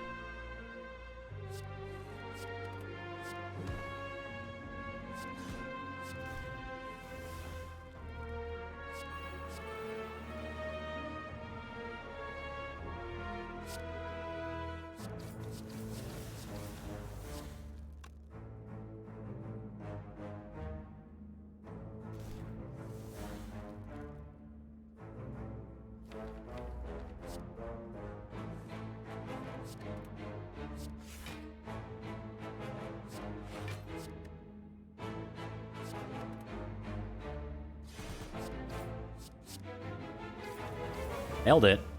I felt a little sloppy. We get Power Potion, thanks. Second Blade Dance.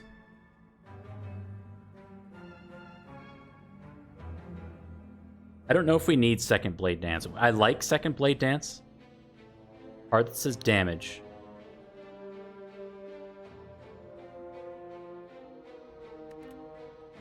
I think we lose by adding cards.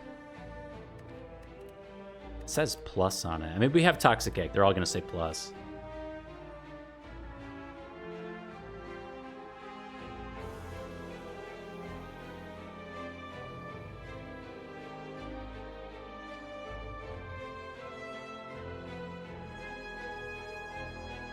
Yeah, we need to reduce the card count, not increase it.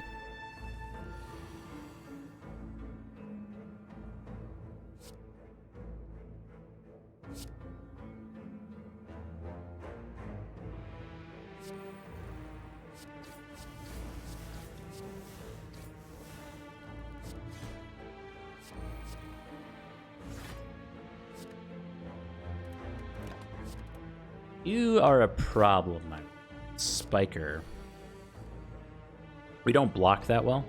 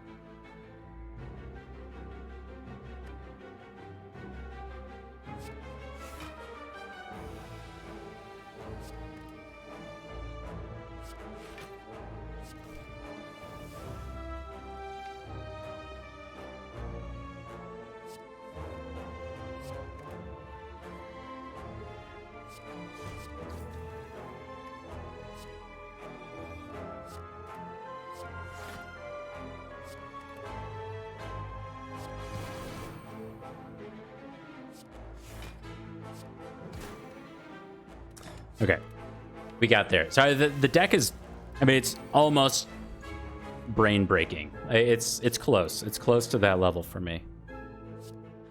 It's not there, but it's just kind of, it's in the realm.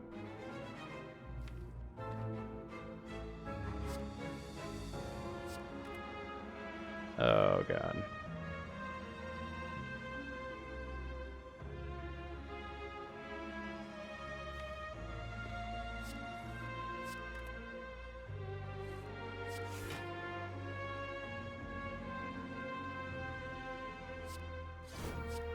Okay, we went semi-infinite. Flex Potion is here. More cards that we're going to skip on. Flex Potion over Distilled Chaos. Interesting.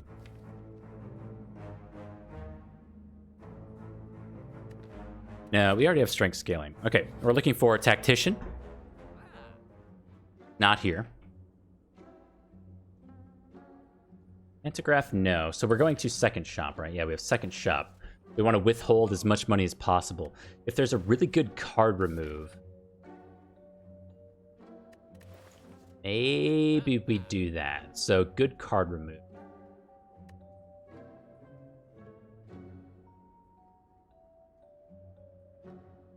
Like, is it crazy to think that Well-Laid Plans is a really good card remove?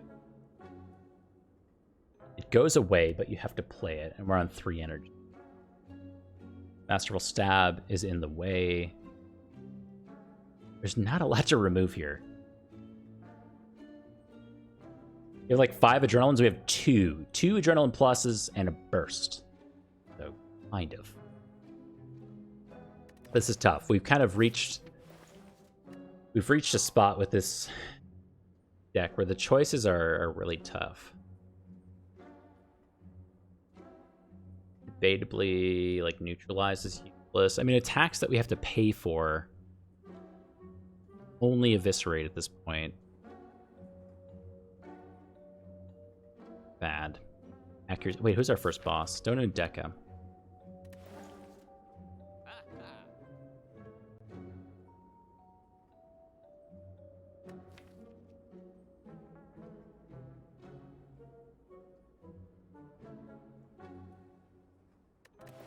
All right, Executive Decision. I think that Well-Laid Plans is useless here. We have to draw it, we have to play it. Huge downsides to a deck like this.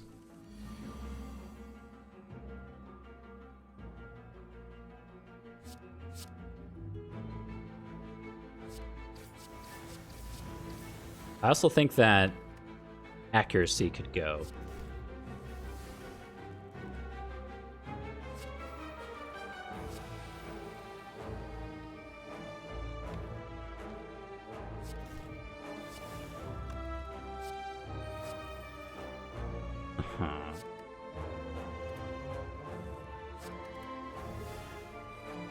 Okay.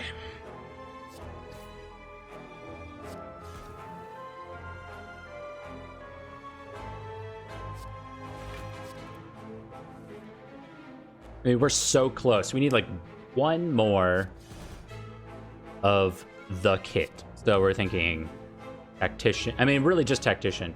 Another Reflex plus, Tactician plus, and maybe that's the game. Like, we're really close.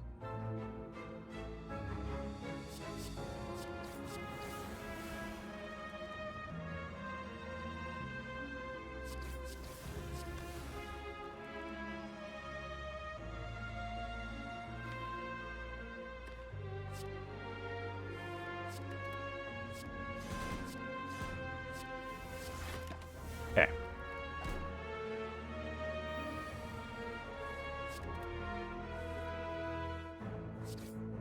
Cool. Ag Flip Plus. It says block, it says draw. I say skip. That is a skip. Good hard pull fight. Go against the Spire Growth.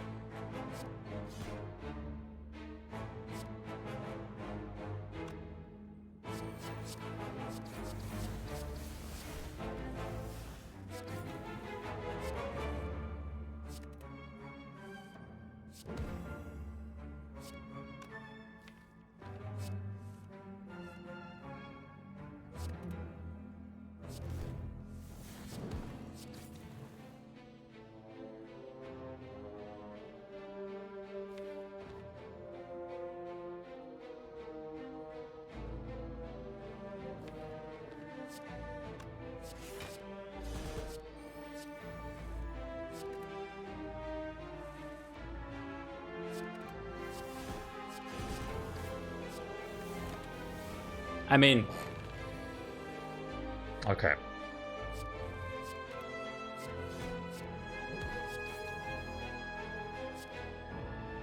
The deck is good. We just plowed. Oh, those are good cards.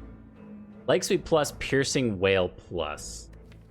I mean, it's really tough to pass on quality cards like that.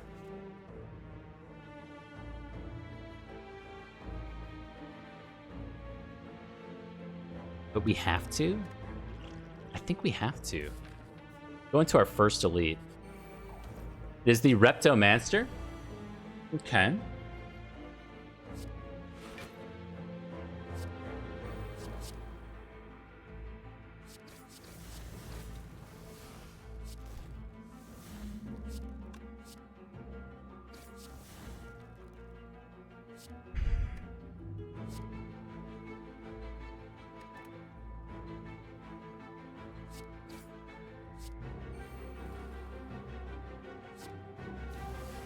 Okay, so we got Reptomancer weak for turn 2.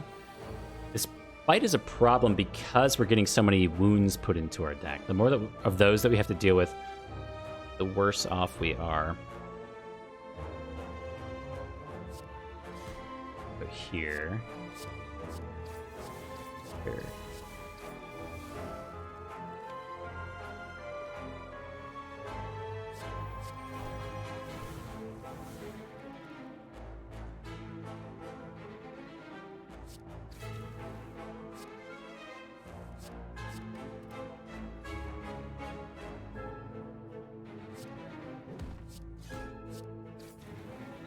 Okay, so importantly, we have not started blocking yet, which we should probably do. So let's start in here and do a little something like this.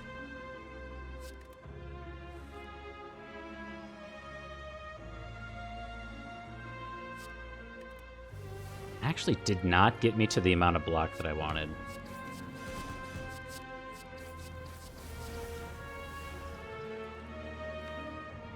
A Distilled Chaos causes us to take almost no damage. We do have Bloody Idol, so we're kind of at like 19. We're taking 3-ish damage here. I think I value the potion more than that. Like 3 HP for a potion. And I didn't even include Tungsten Rod there, so it was like 2 damage. Yeah, we're fine. Blood Vial and Lantern are here for even better turn 1s. Cloak and Dagger. And another copy of Eviscerate, and that one says plus. I mean, these are all super tempting, but they don't really help if we're trying to go infinite.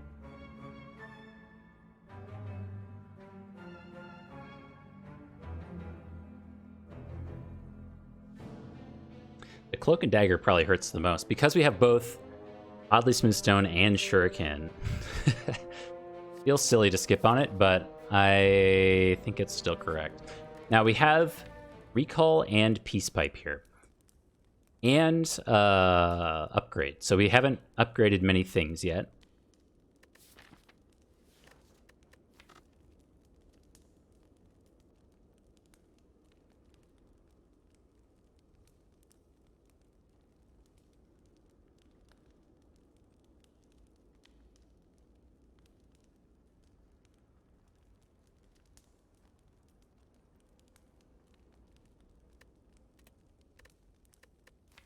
So I think it's Toke, but I'm just not sure what to Toke at this point. Like, I think I have main candidates here. So we have Slice, Masterful Stab, and Accuracy. It's tough to cut Slice and Masterful Stab because they cost 0 on turn 1. Accuracy, the problem with it is we have to draw it and play it. So same old story. Like, this is, like, even though it's a power and it goes away, you have to play it. And it gets in the way. We have to find a way to cut cards.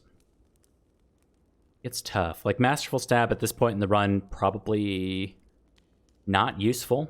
We just fought Reptomancer. That's one of our biggest worries. We could also just recall, since the deck is doing fine on 17 cards, and look to Toke up here. Yeah, let's just do that. We'll recall early. We'll say Triforce complete. And go into one floaty boy.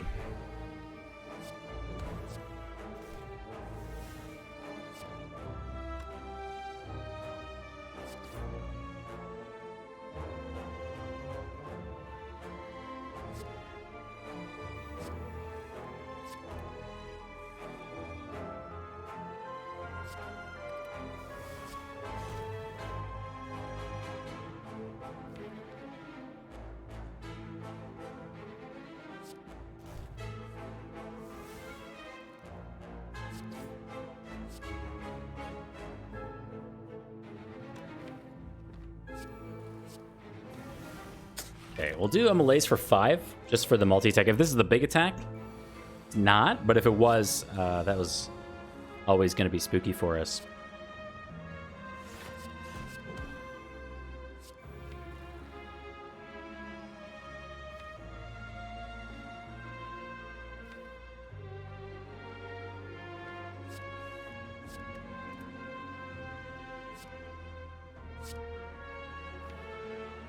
Wow, next turn is shockingly bad. But we do have Tools of the Trade, so we always get 3 draw on top of this Nightmare. And we have like a potion here. We've got Distilled Chaos. Pretty good.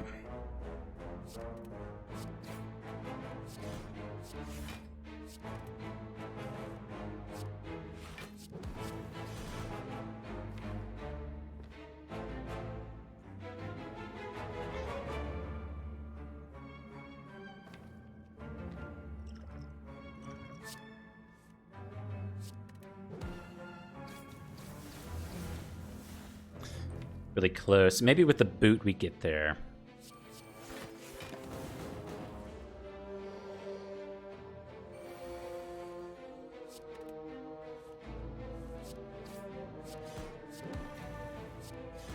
We definitely got there. All right, we get a Pen Nib, a Courier, and an Acrobatics Plus.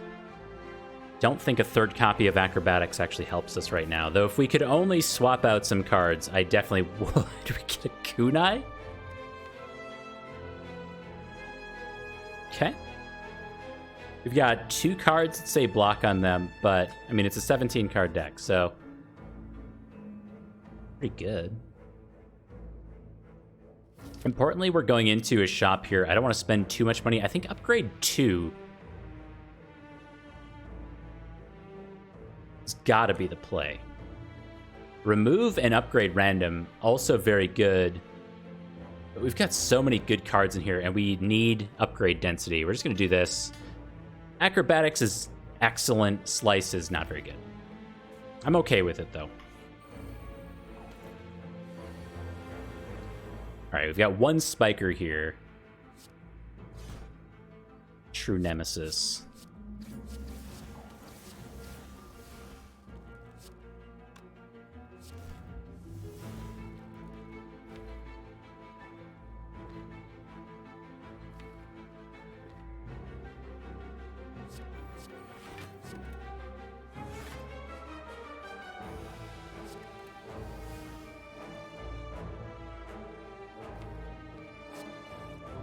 Ooh, we got there. Nice. Okay, so I really want to play Tools of the Trade. We are always drawing Accuracy Acrobatics. So if we do this, we can hit the Spiker 3 times. But let's Slice first so we get the +1 Strength.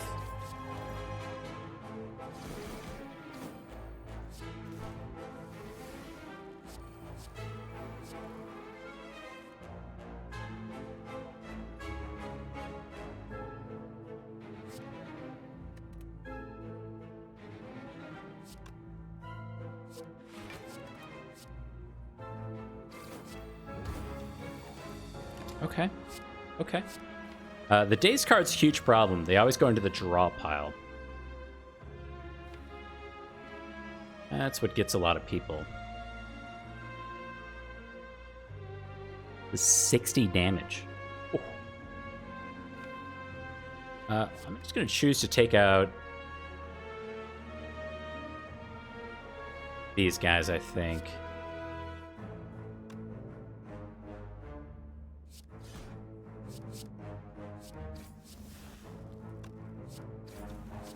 Oh, no.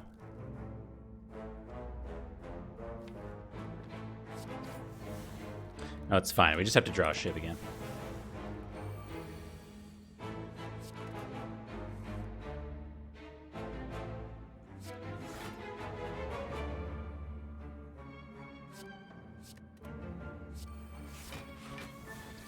Okay.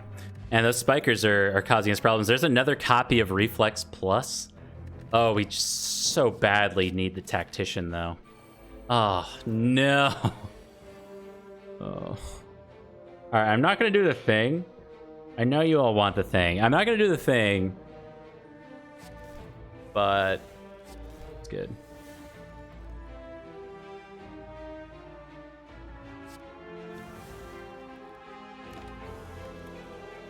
But we did 3 rounds of Peggle at the start of the stream. Just want to be mindful of everyone else. We really cannot afford this curse. That would be a complete disaster. All right, so these shivs are going to do 3 damage each. 6 damage. We have accuracy. That sucks. Okay.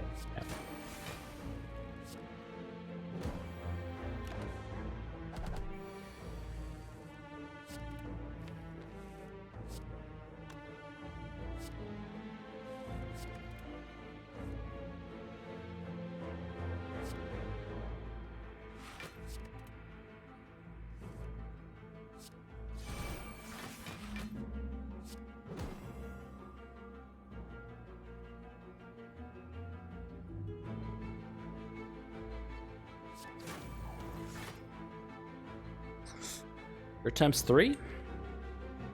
Okay. Nice and slow. Nice and slow. Just no curses.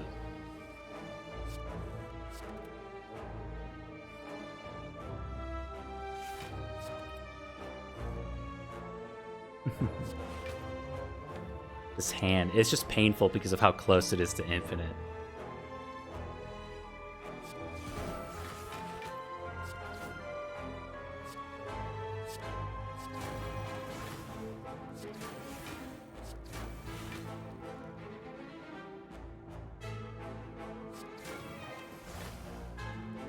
22, my guy? Okay.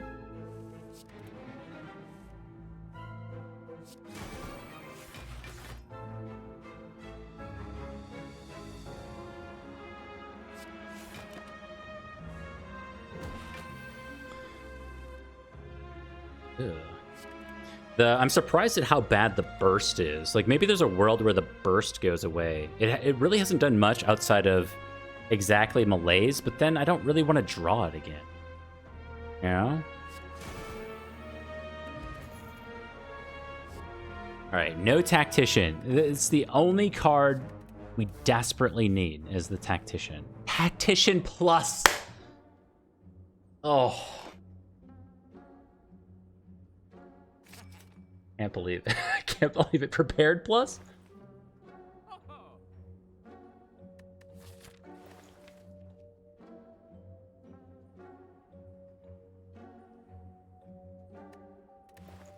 Do we want Prepared Plus? It puts us at 20 cards. We can throw away first. A lot of this stuff goes away.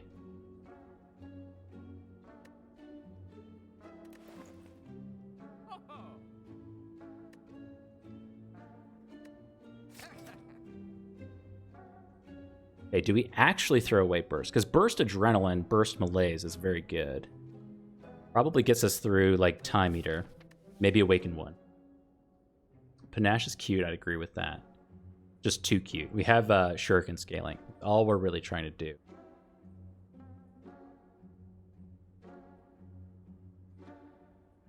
Like, Slice gets us closer to Infinite than Blade Dance does.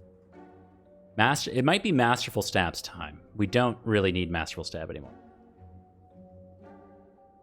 And Accuracy. I still don't think we really need Accuracy. So I'm between Masterful Stab and Accuracy. I think this is... It's served its purpose. Alright.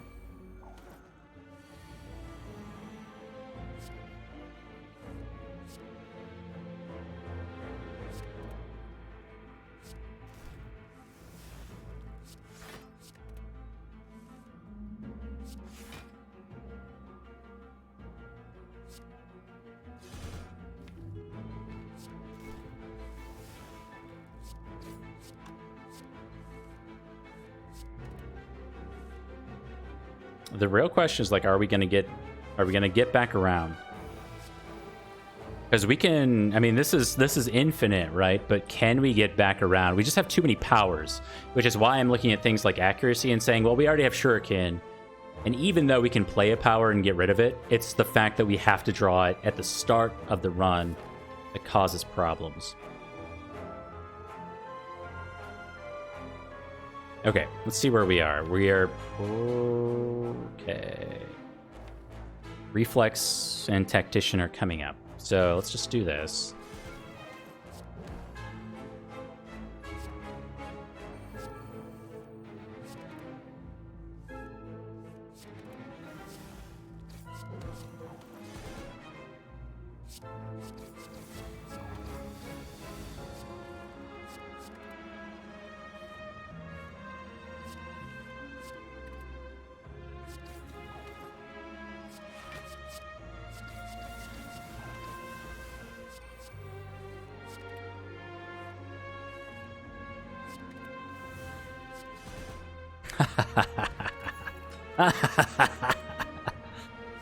Oh, bullet time.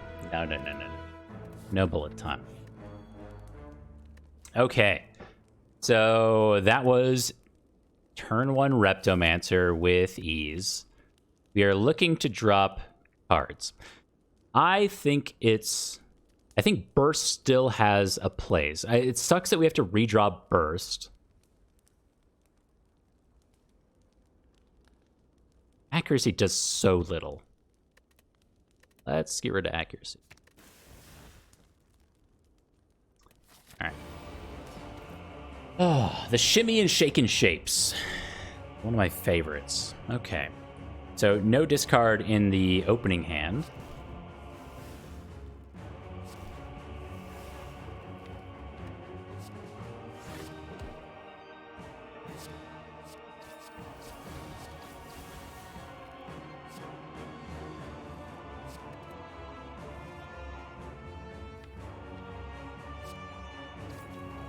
Okay. So let's get rid of this so we don't have to draw it again. So like here, burst prepared isn't very good. Okay.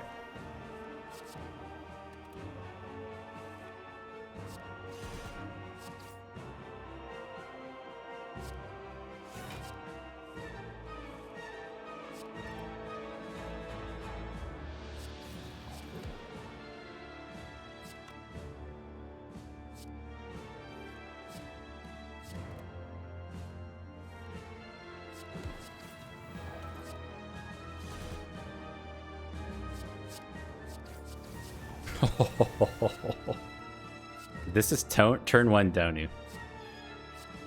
Literally can't not be turn 1 Donu.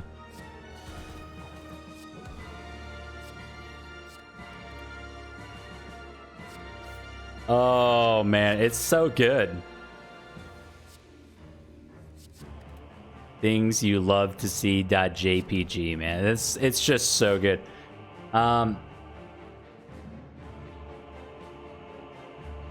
Don't want this malaise in my hand anymore.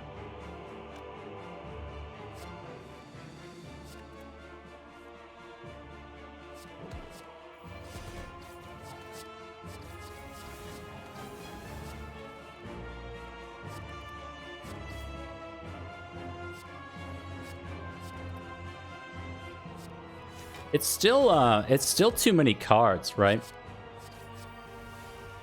Ah, my pen nib. All right, turn 1 Donu Deca. It's pretty good. Oh, dude, the Fun Eater in here. Come on, man. That's not cool. I mean, okay, so we have malaise. Let's stay positive. Stay positive.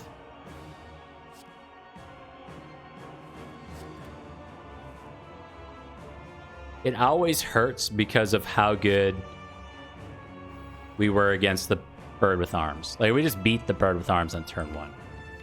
Right?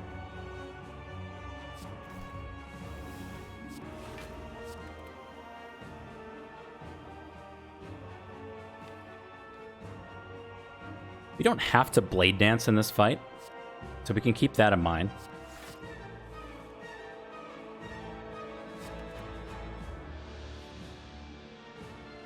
If we were to burst adrenaline malaise, we get a lot of negative strength so we can get through these early phases of the fight, which allows us to Shuriken Kunai, which gets us through the second phase. But let me start here.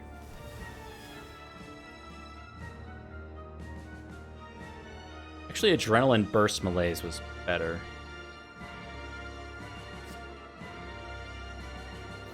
That's all right.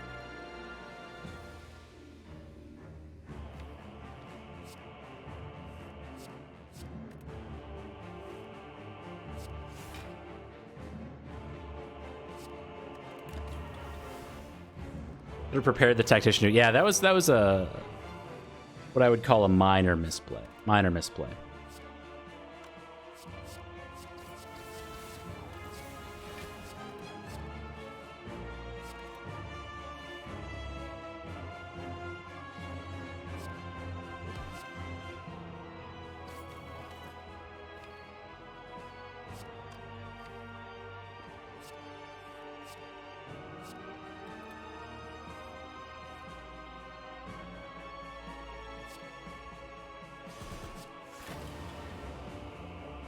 Okay, 3 dexterity, 2 strength.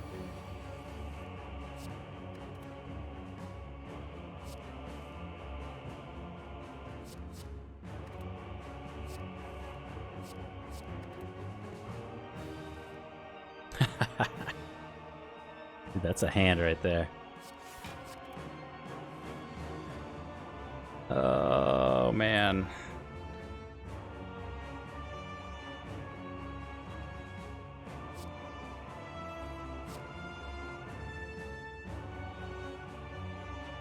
We need this energy for? We don't need the energy, right? And we have prepared in hand.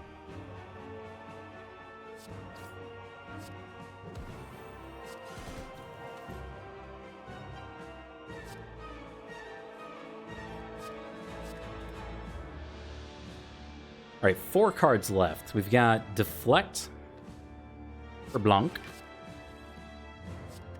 Do a little bit of that. We got 2 cards left. We got Survivor plus Eviscerate. Pretty okay damage.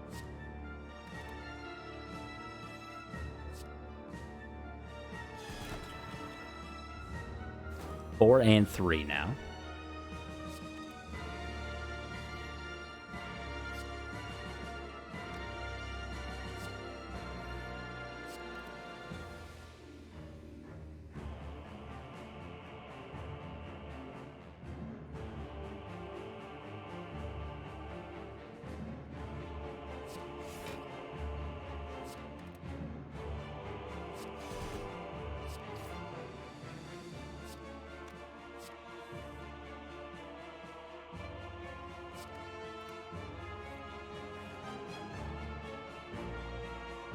Okay, so do we prepared to keep this going? Because we can full block, take our Shuriken Kunai proc, and then have 5 cards for next turn, which should be enough. Yeah, I'm just going to do it this way.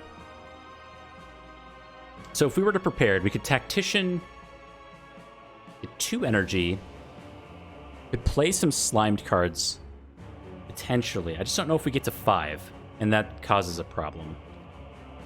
We have 1, 2, 3. Brings us to 10. We'd have to draw 2 0-cost cards. I think we just go next turn.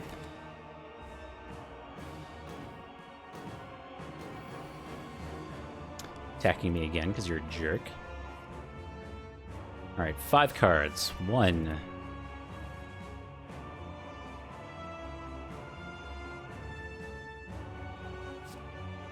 2.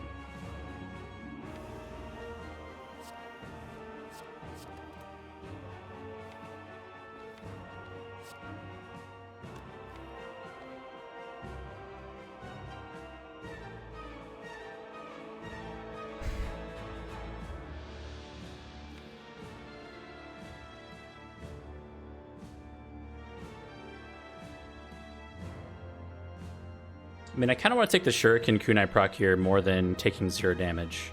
I think the scaling's more important.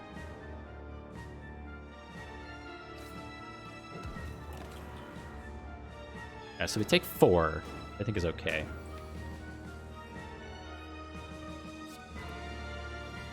So I think my main goal for this turn, because we're not doing 270 damage with 12 cards, is to get rid of as many slimed cards as possible.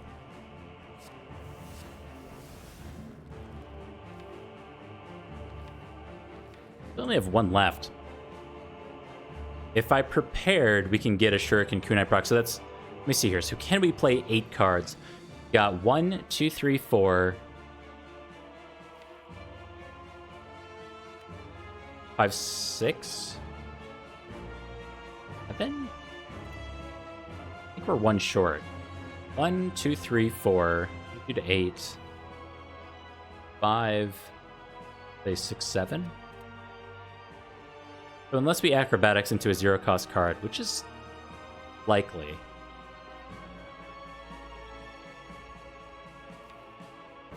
The worst case is we don't. We're really screwed.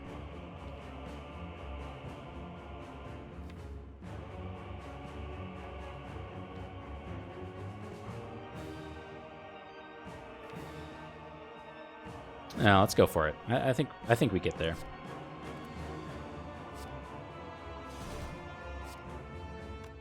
Should have pen nibbed that. Again, I don't think we get there this turn anyway. Oh, we didn't draw the acrobatics. Or the slime. Okay, so we get 4 cards next turn.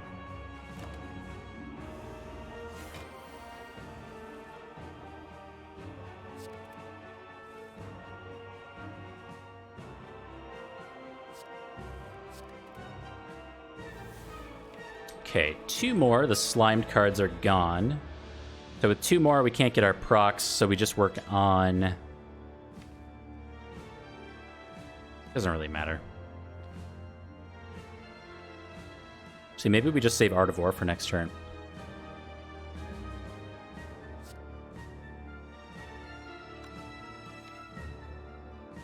You want neutralize. Okay.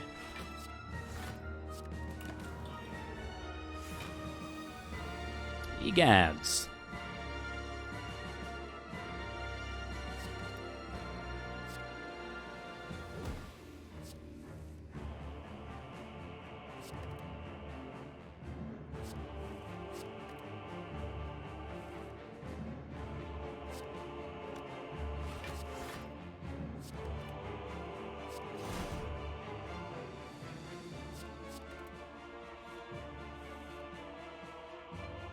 The deck is so cool. It's just, I mean, the infinite is definitely there.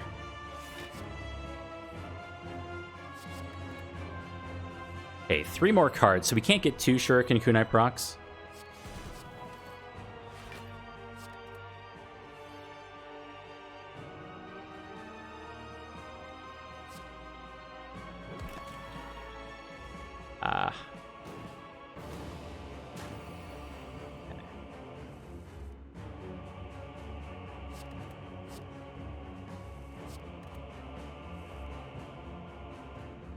Okay, Pennib is good where it is.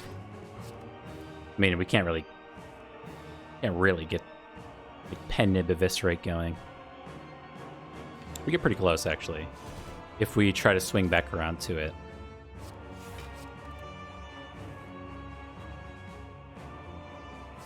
Let's take weak into next turn.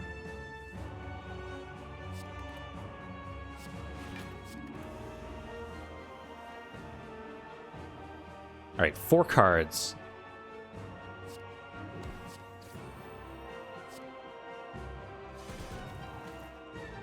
There's no damage. Sweet, not too bad. That's a 6 damage Fun Eater fight. And this was probably going to be our worst combat. Very cool.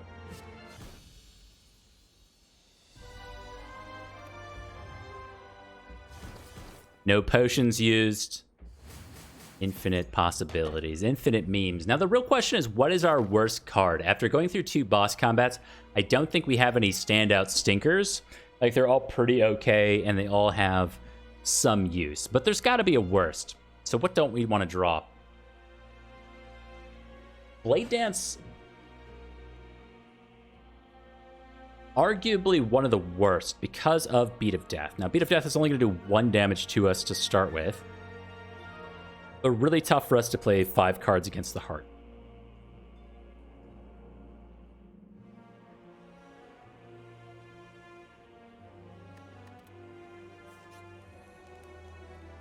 Thank you, Ma Bank. Oh, right, we can't get rid of it because it's bottled. Never mind. We can't do that anyway. Not get rid of bottled cards. So... like, neutralize isn't that good. Just kind of sits in the hand. I do think that... burst could maybe go away.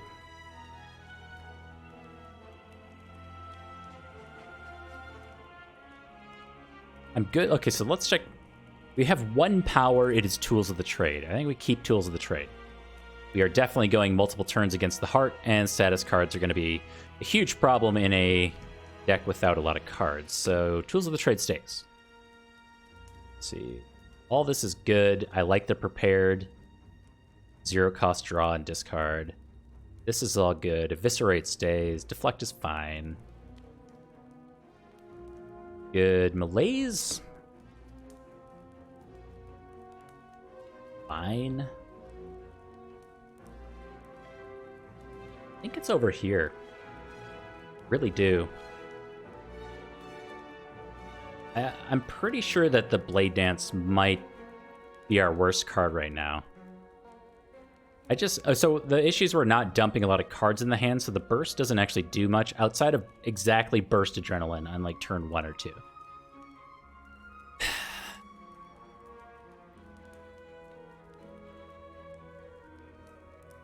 For burst. All right, Maw Bank gets us to 114. We get the Maw Bank Bloody Idol combo. Very nice. I mean, Panic Button's kind of fun.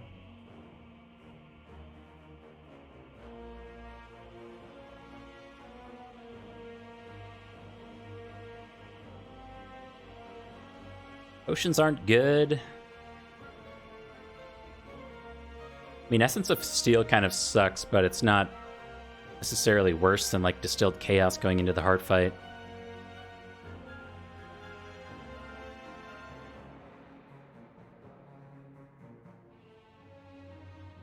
I don't think we want any of this. I want a card remove, but we can't take it.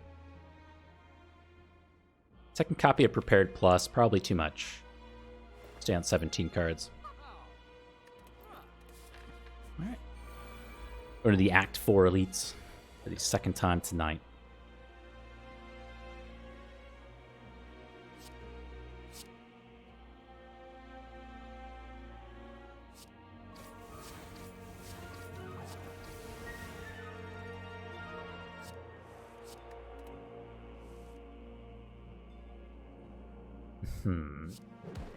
Okay.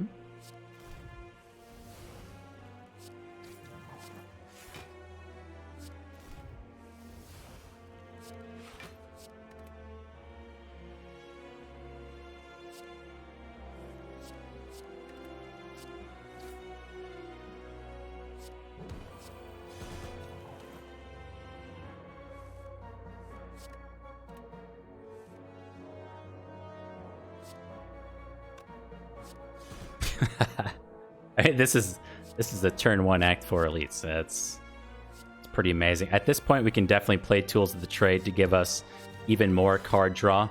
It's kind of in the way.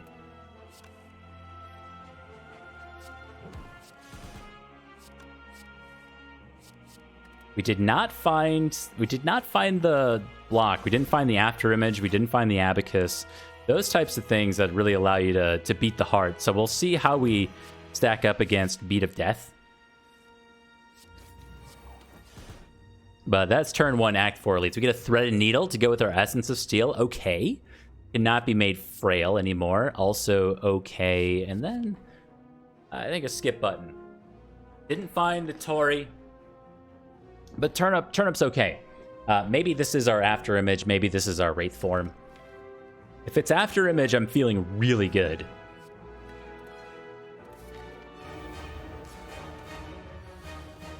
All right.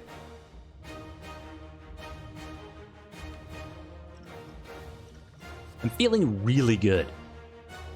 Really good. That's our After Image. So now between After Image and Tungsten Rod, we don't take damage from Beat of Death until it goes to 3.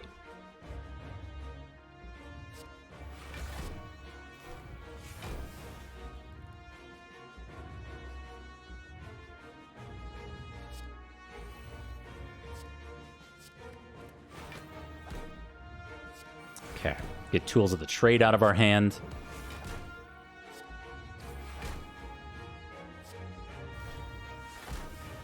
So without a doubt, damage capping the heart here on turn 1. We just kind of have to play the card's forehead and stack up as literally as much strength and dexterity as we want. We can sit here all night long.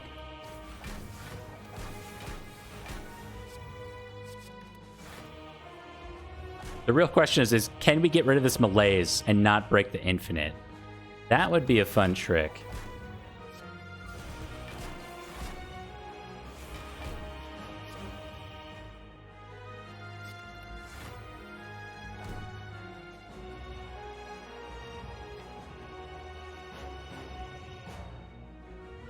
Let's do that later, because otherwise I'm just gonna break my brain trying to figure it out.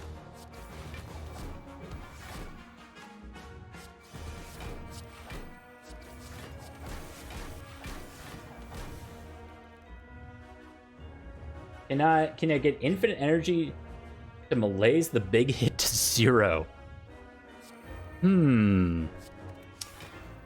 I like the way you think. I mean, we can, in theory, get enough strength down, right? I don't know what the magic number is, though.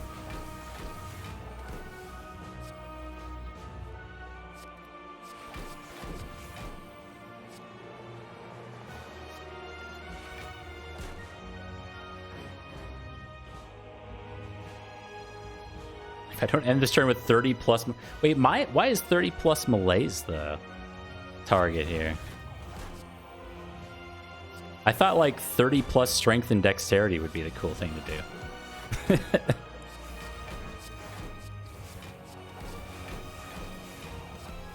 Do I even deserve to call myself a streamer if I don't get 30 plus Malaise? Oh, man.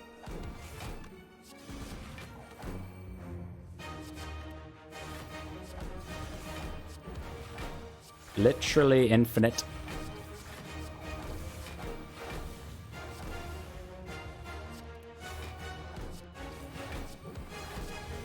The beautiful thing. 15 dexterity, or excuse me, 16 dexterity, 15 strength so far. Deflect blocking for 20. It's pretty good. But we're not like stacking energy that well is the thing. I guess I'm not really trying to either, but... +1?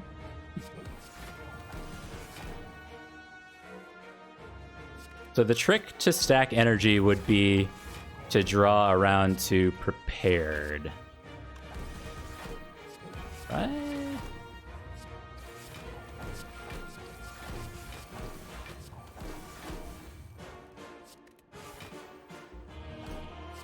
Like it's just prioritize, oops, prepared.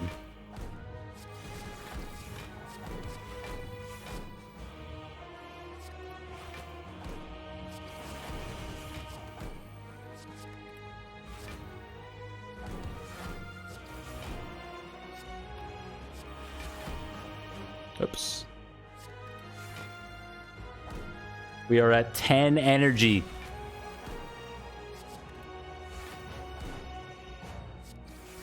We can do it.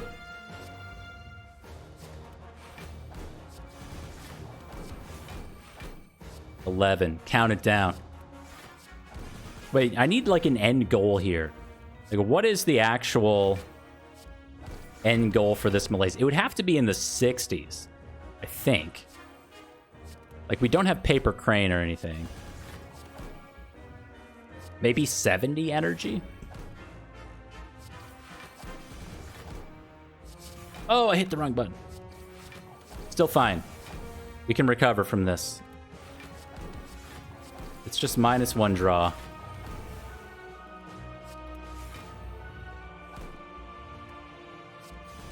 This is what I get for taking a break to handle real life things. Like, oh yeah, but when you come back, you're gonna have to play a silent infinite that requires you to get repetitive stress injury after playing it a single time. Like, this is the trade-off. Making up for several months in a very short period of time.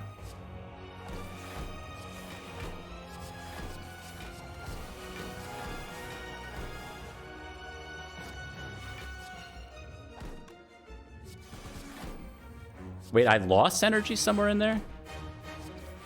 I think I messed up a tactician cycle.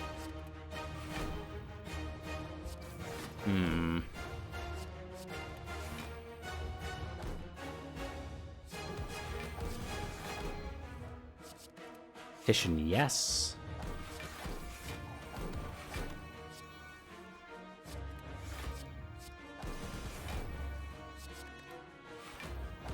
All right, back up to 13.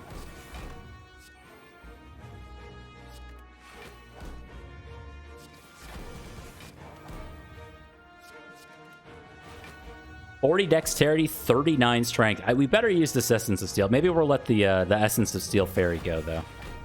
Just to be safe.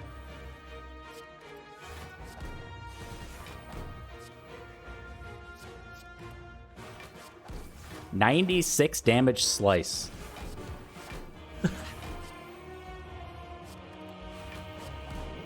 43 damage neutralize. Man, I think we're there.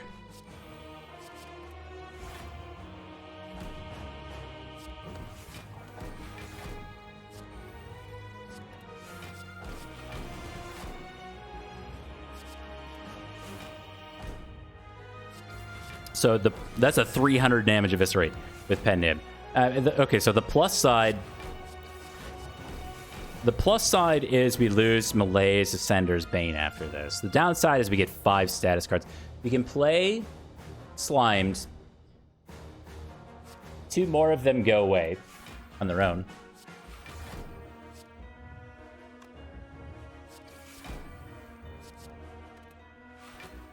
Cycle the deck. Please. It was 100 damage shiv.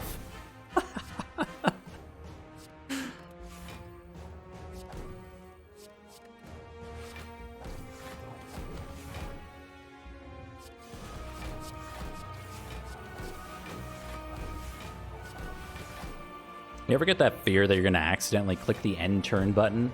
I don't think that exists for this run. Like, if I accidentally click end turn here, it's only a blessing.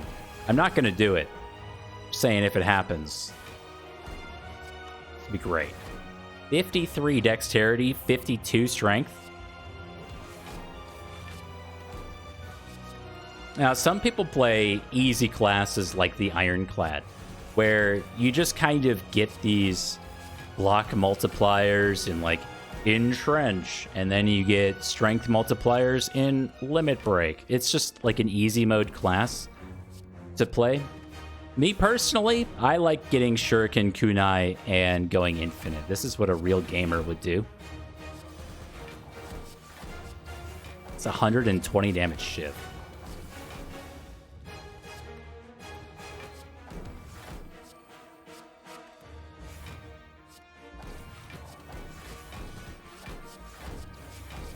Oh boy.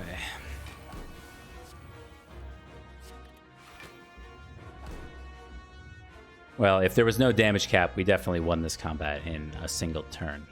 Pretty cool.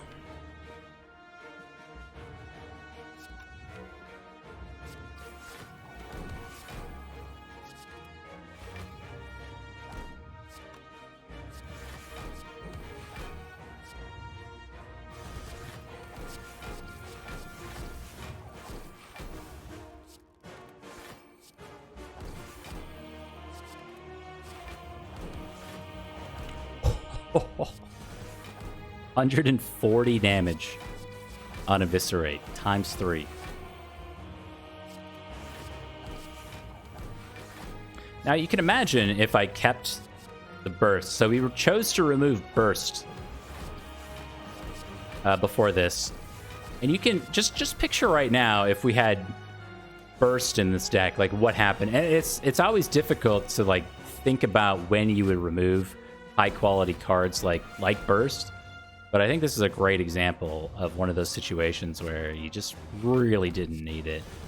Like it's not that it did nothing, it's not that it was useless, it's just that it didn't contribute to our win condition.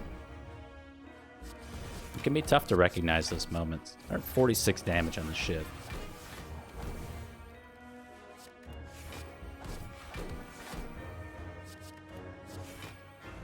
So if I stop using Blade Dance, maybe that's the secret to stacking energy, because we 73 dexterity, 72 strength.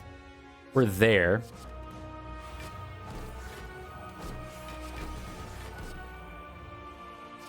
Just curious if we can cycle enough to make this actually work. Looks like we can.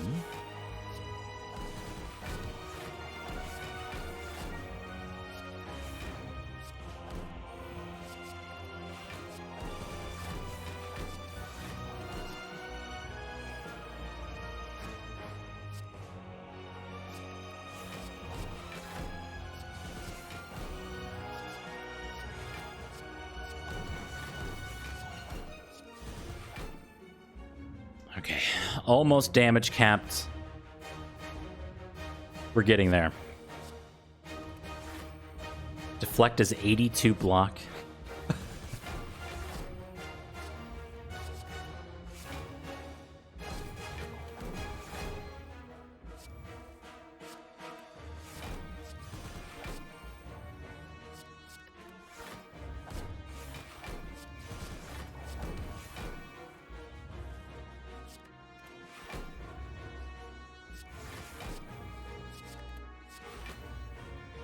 47 week, 49 week. That's his 49 week off of only neutralize. So we've shuffled the deck at least 49 times, probably more.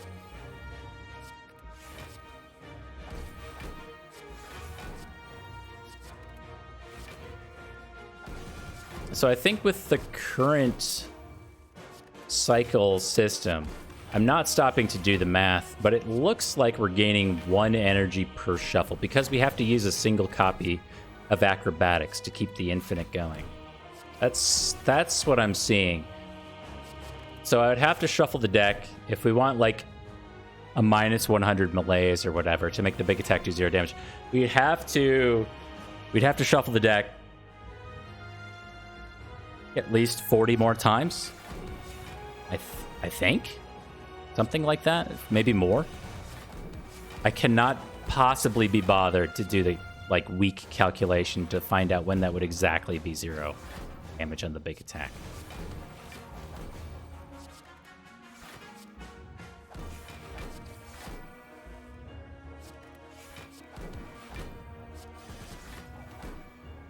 I mean, at this point, it looks like Eviscerate would have been an okay remove, too. 186 times 3? Yeah. Thank you. Almost 10% of the way. I don't know if we'll make it to 999 strength and dexterity.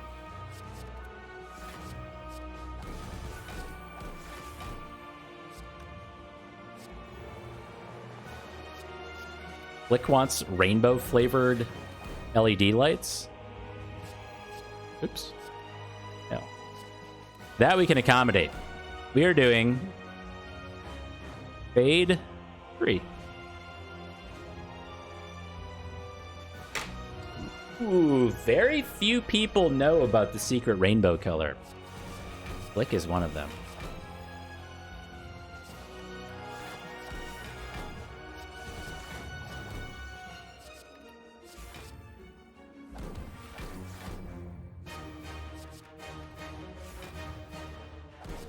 .28 energy, okay.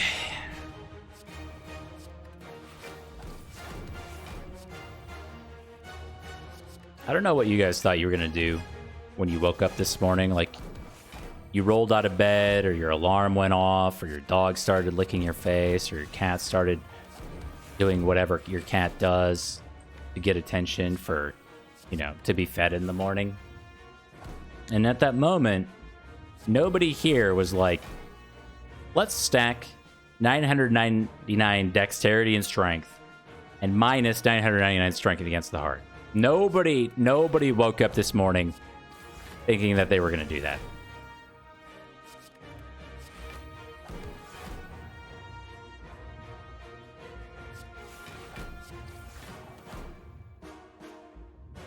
Woo. Just like one single copy of double energy.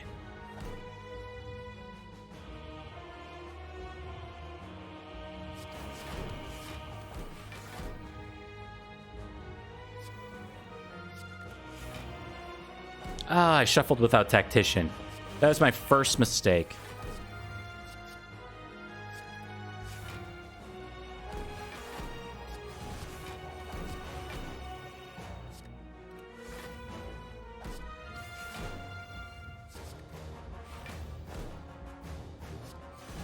Or like a let's get creative. Maybe a copy of Purity would have been really good.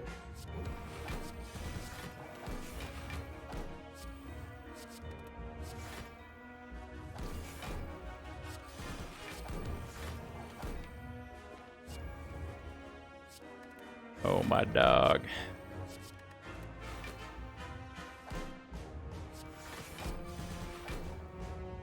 $36. We're like halfway there.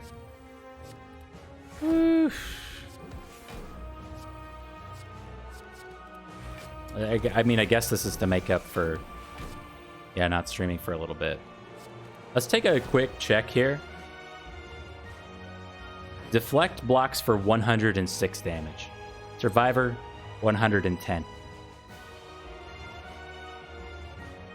Slice hits for 110.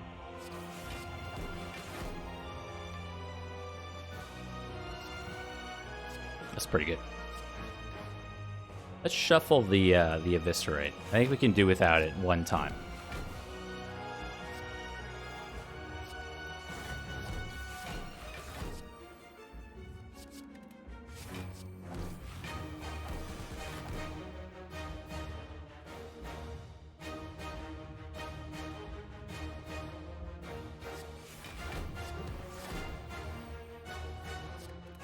Look at that, I almost broke the infinite.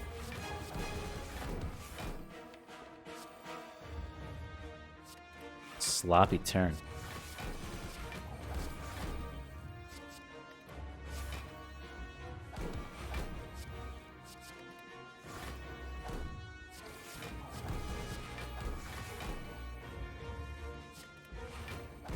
I mean, we should have done a prop bet for this combat on whether or not FirstDane would defeat the heart. And then we'd all be laughing about it right now. Like, oh, the doubters. You know, and then it would have been a really good time. Had a great back and forth. People are leaving because they feel bad that they doubted this deck.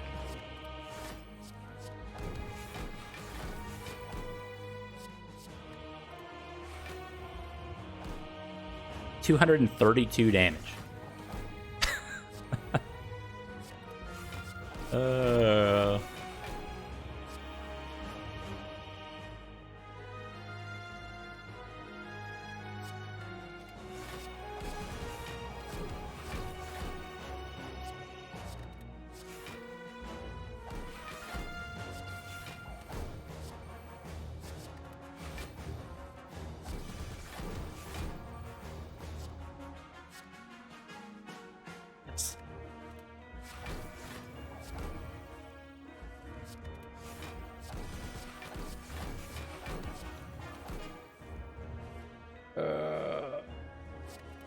You just joined? What are we doing here? I don't know.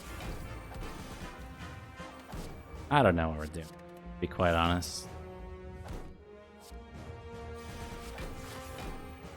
This is, what are we doing here? I mean, the literal answer is that we went infinite with 2 copies of Reflex and 1 copy of Tactician.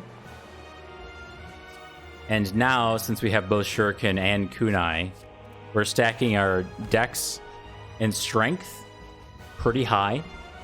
And we're also getting melees to the point where the big attack against the heart, that neutralized with 238 damage.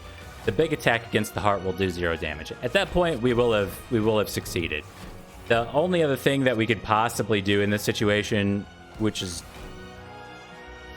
I mean, it's possible. We could go for minus 999 strength while we have 999 strength and dexterity. I mean, it's you cannot do more than that in an unmodded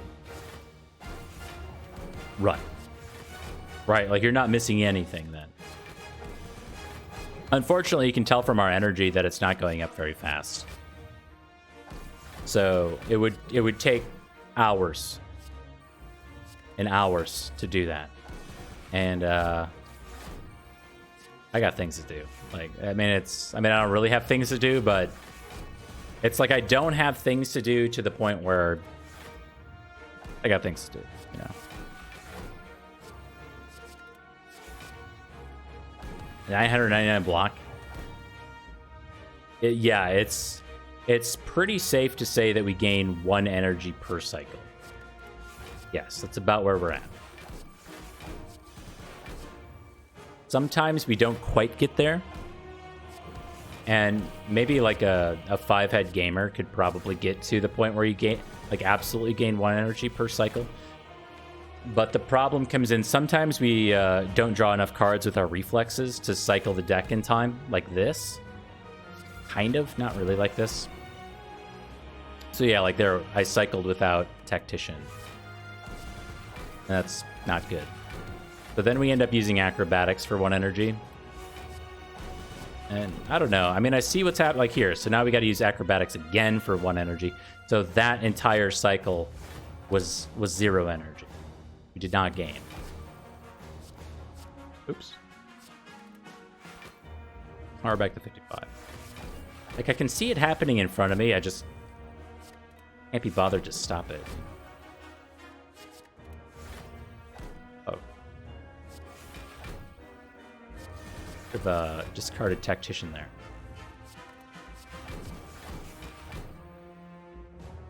Mine is 99 weak. We've achieved that. So we're doing like almost 1 week per cycle. Almost.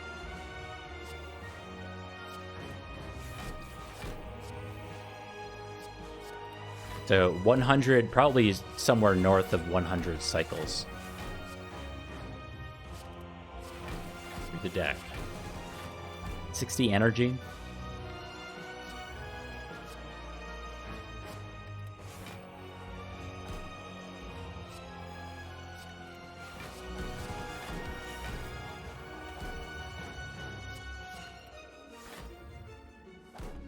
How far up am I going?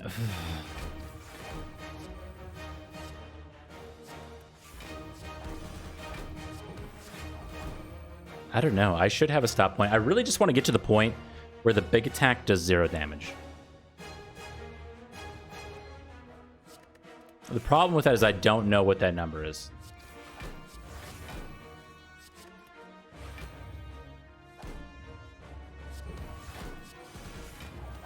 You didn't fast forward. If you're a VOD watcher and you fast forwarded up to this point, I got nothing against it.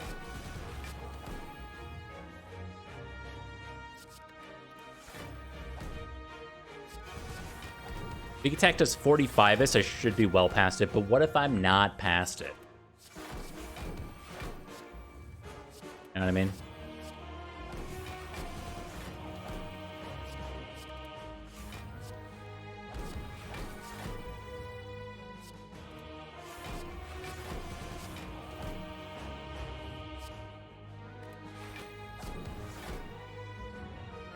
Hold on, wait for it. Oh. Nice.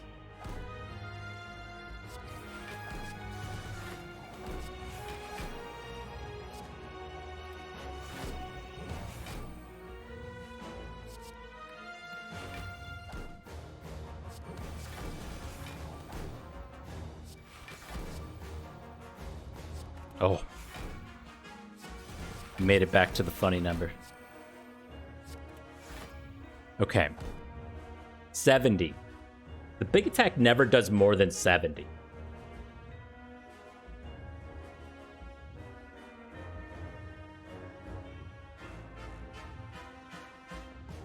I'm going to leave some cards in my draw pile so I don't draw 5 statuses. Well, probably should. You're right, you're right, you're right.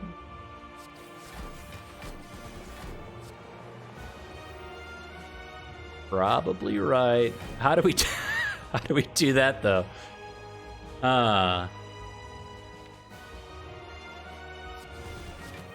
That's a think piece. So we just draw 3 here.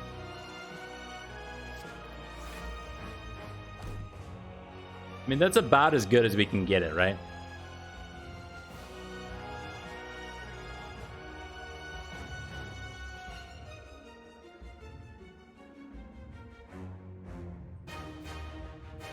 Yeah, I mean, we got 4 cards. We draw 6 because we have Tools of the Trade. 2 copies of Acrobatics and Prepared.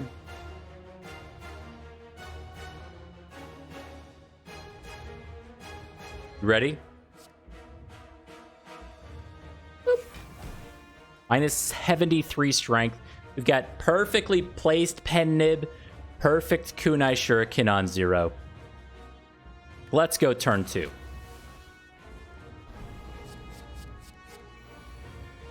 Zero times 15. We've ascended.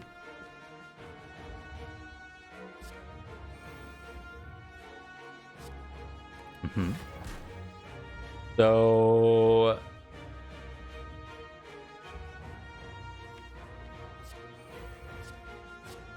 Okay.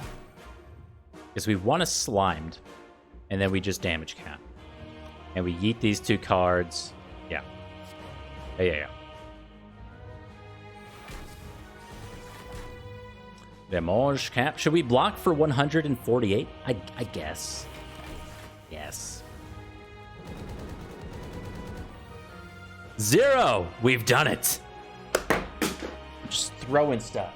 Yes! 0 damage on the big attack. Dude, after all, I mean, the heart tonight ruined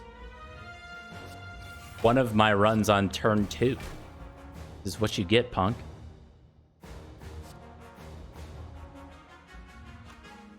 And then we don't block it.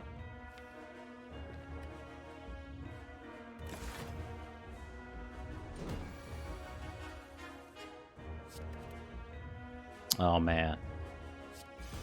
GG. Dude, that was fun. 2 hours, but it didn't have to take 2 hours, you know. That was a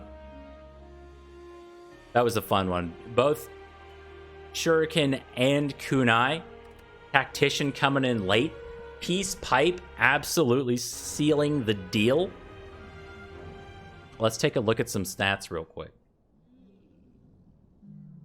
Afterimage was cute. I don't know if Afterimage was necessary after we got some dexterity going, but definitely helped at the like very, very start for sure.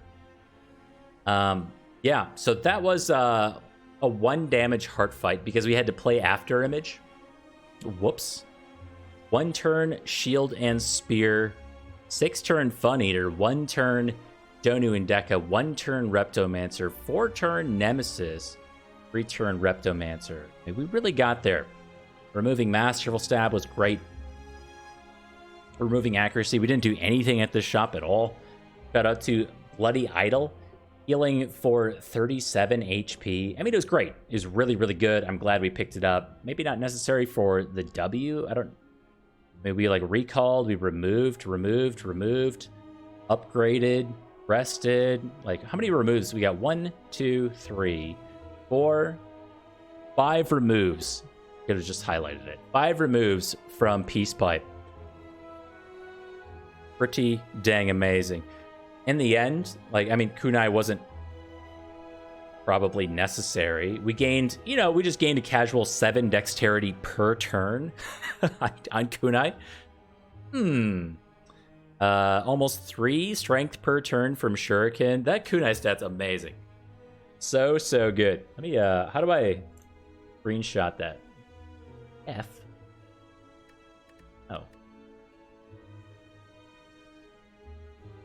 Oh. Let's just do this. We'll post that up in the Discord for our friends who couldn't make it. Go to the Slay the Spire.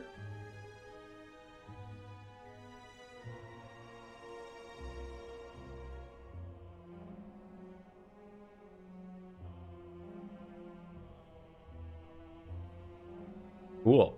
Yeah, I don't know what else to say about that one. I mean, Turnip wasn't necessary, Thread Needle wasn't necessary, Art of War kind of sucked, Mob Bank kind of sucked. So, quality over quantity. So 17 cards of perfection. 1, 2, 3, 4, 5? 5 of them went away. We had 12 cards in the deck total, in theory, once we played all powers and the exhaust cards were away, meaning that there were only ever 2 cards, again, in theory, in the draw or discard pile. So if these fights towards the end started going multiple turns, like the Act 4 Elites or whatever, then we would have been just fine, even Donu and Deka, sans the status cards, of course. We could have easily gone infinite against all of those. We could kind of go through here and see the pivot. Like, we took some really important early game cards, and then between the Peace Pipe and a bunch of shops, just removing essentially everything. Removing the well-laid plans. Amazing. Removing Masterful Stab, removing Accuracy, removing Burst. Like, just get out of here, because we have what we need to win. Really important to recognize in Slay the Spire when you have your W secured, and to just stop. Stop adding things. Stop adding cards. Important. It's tough to know when, but very cool deck regardless.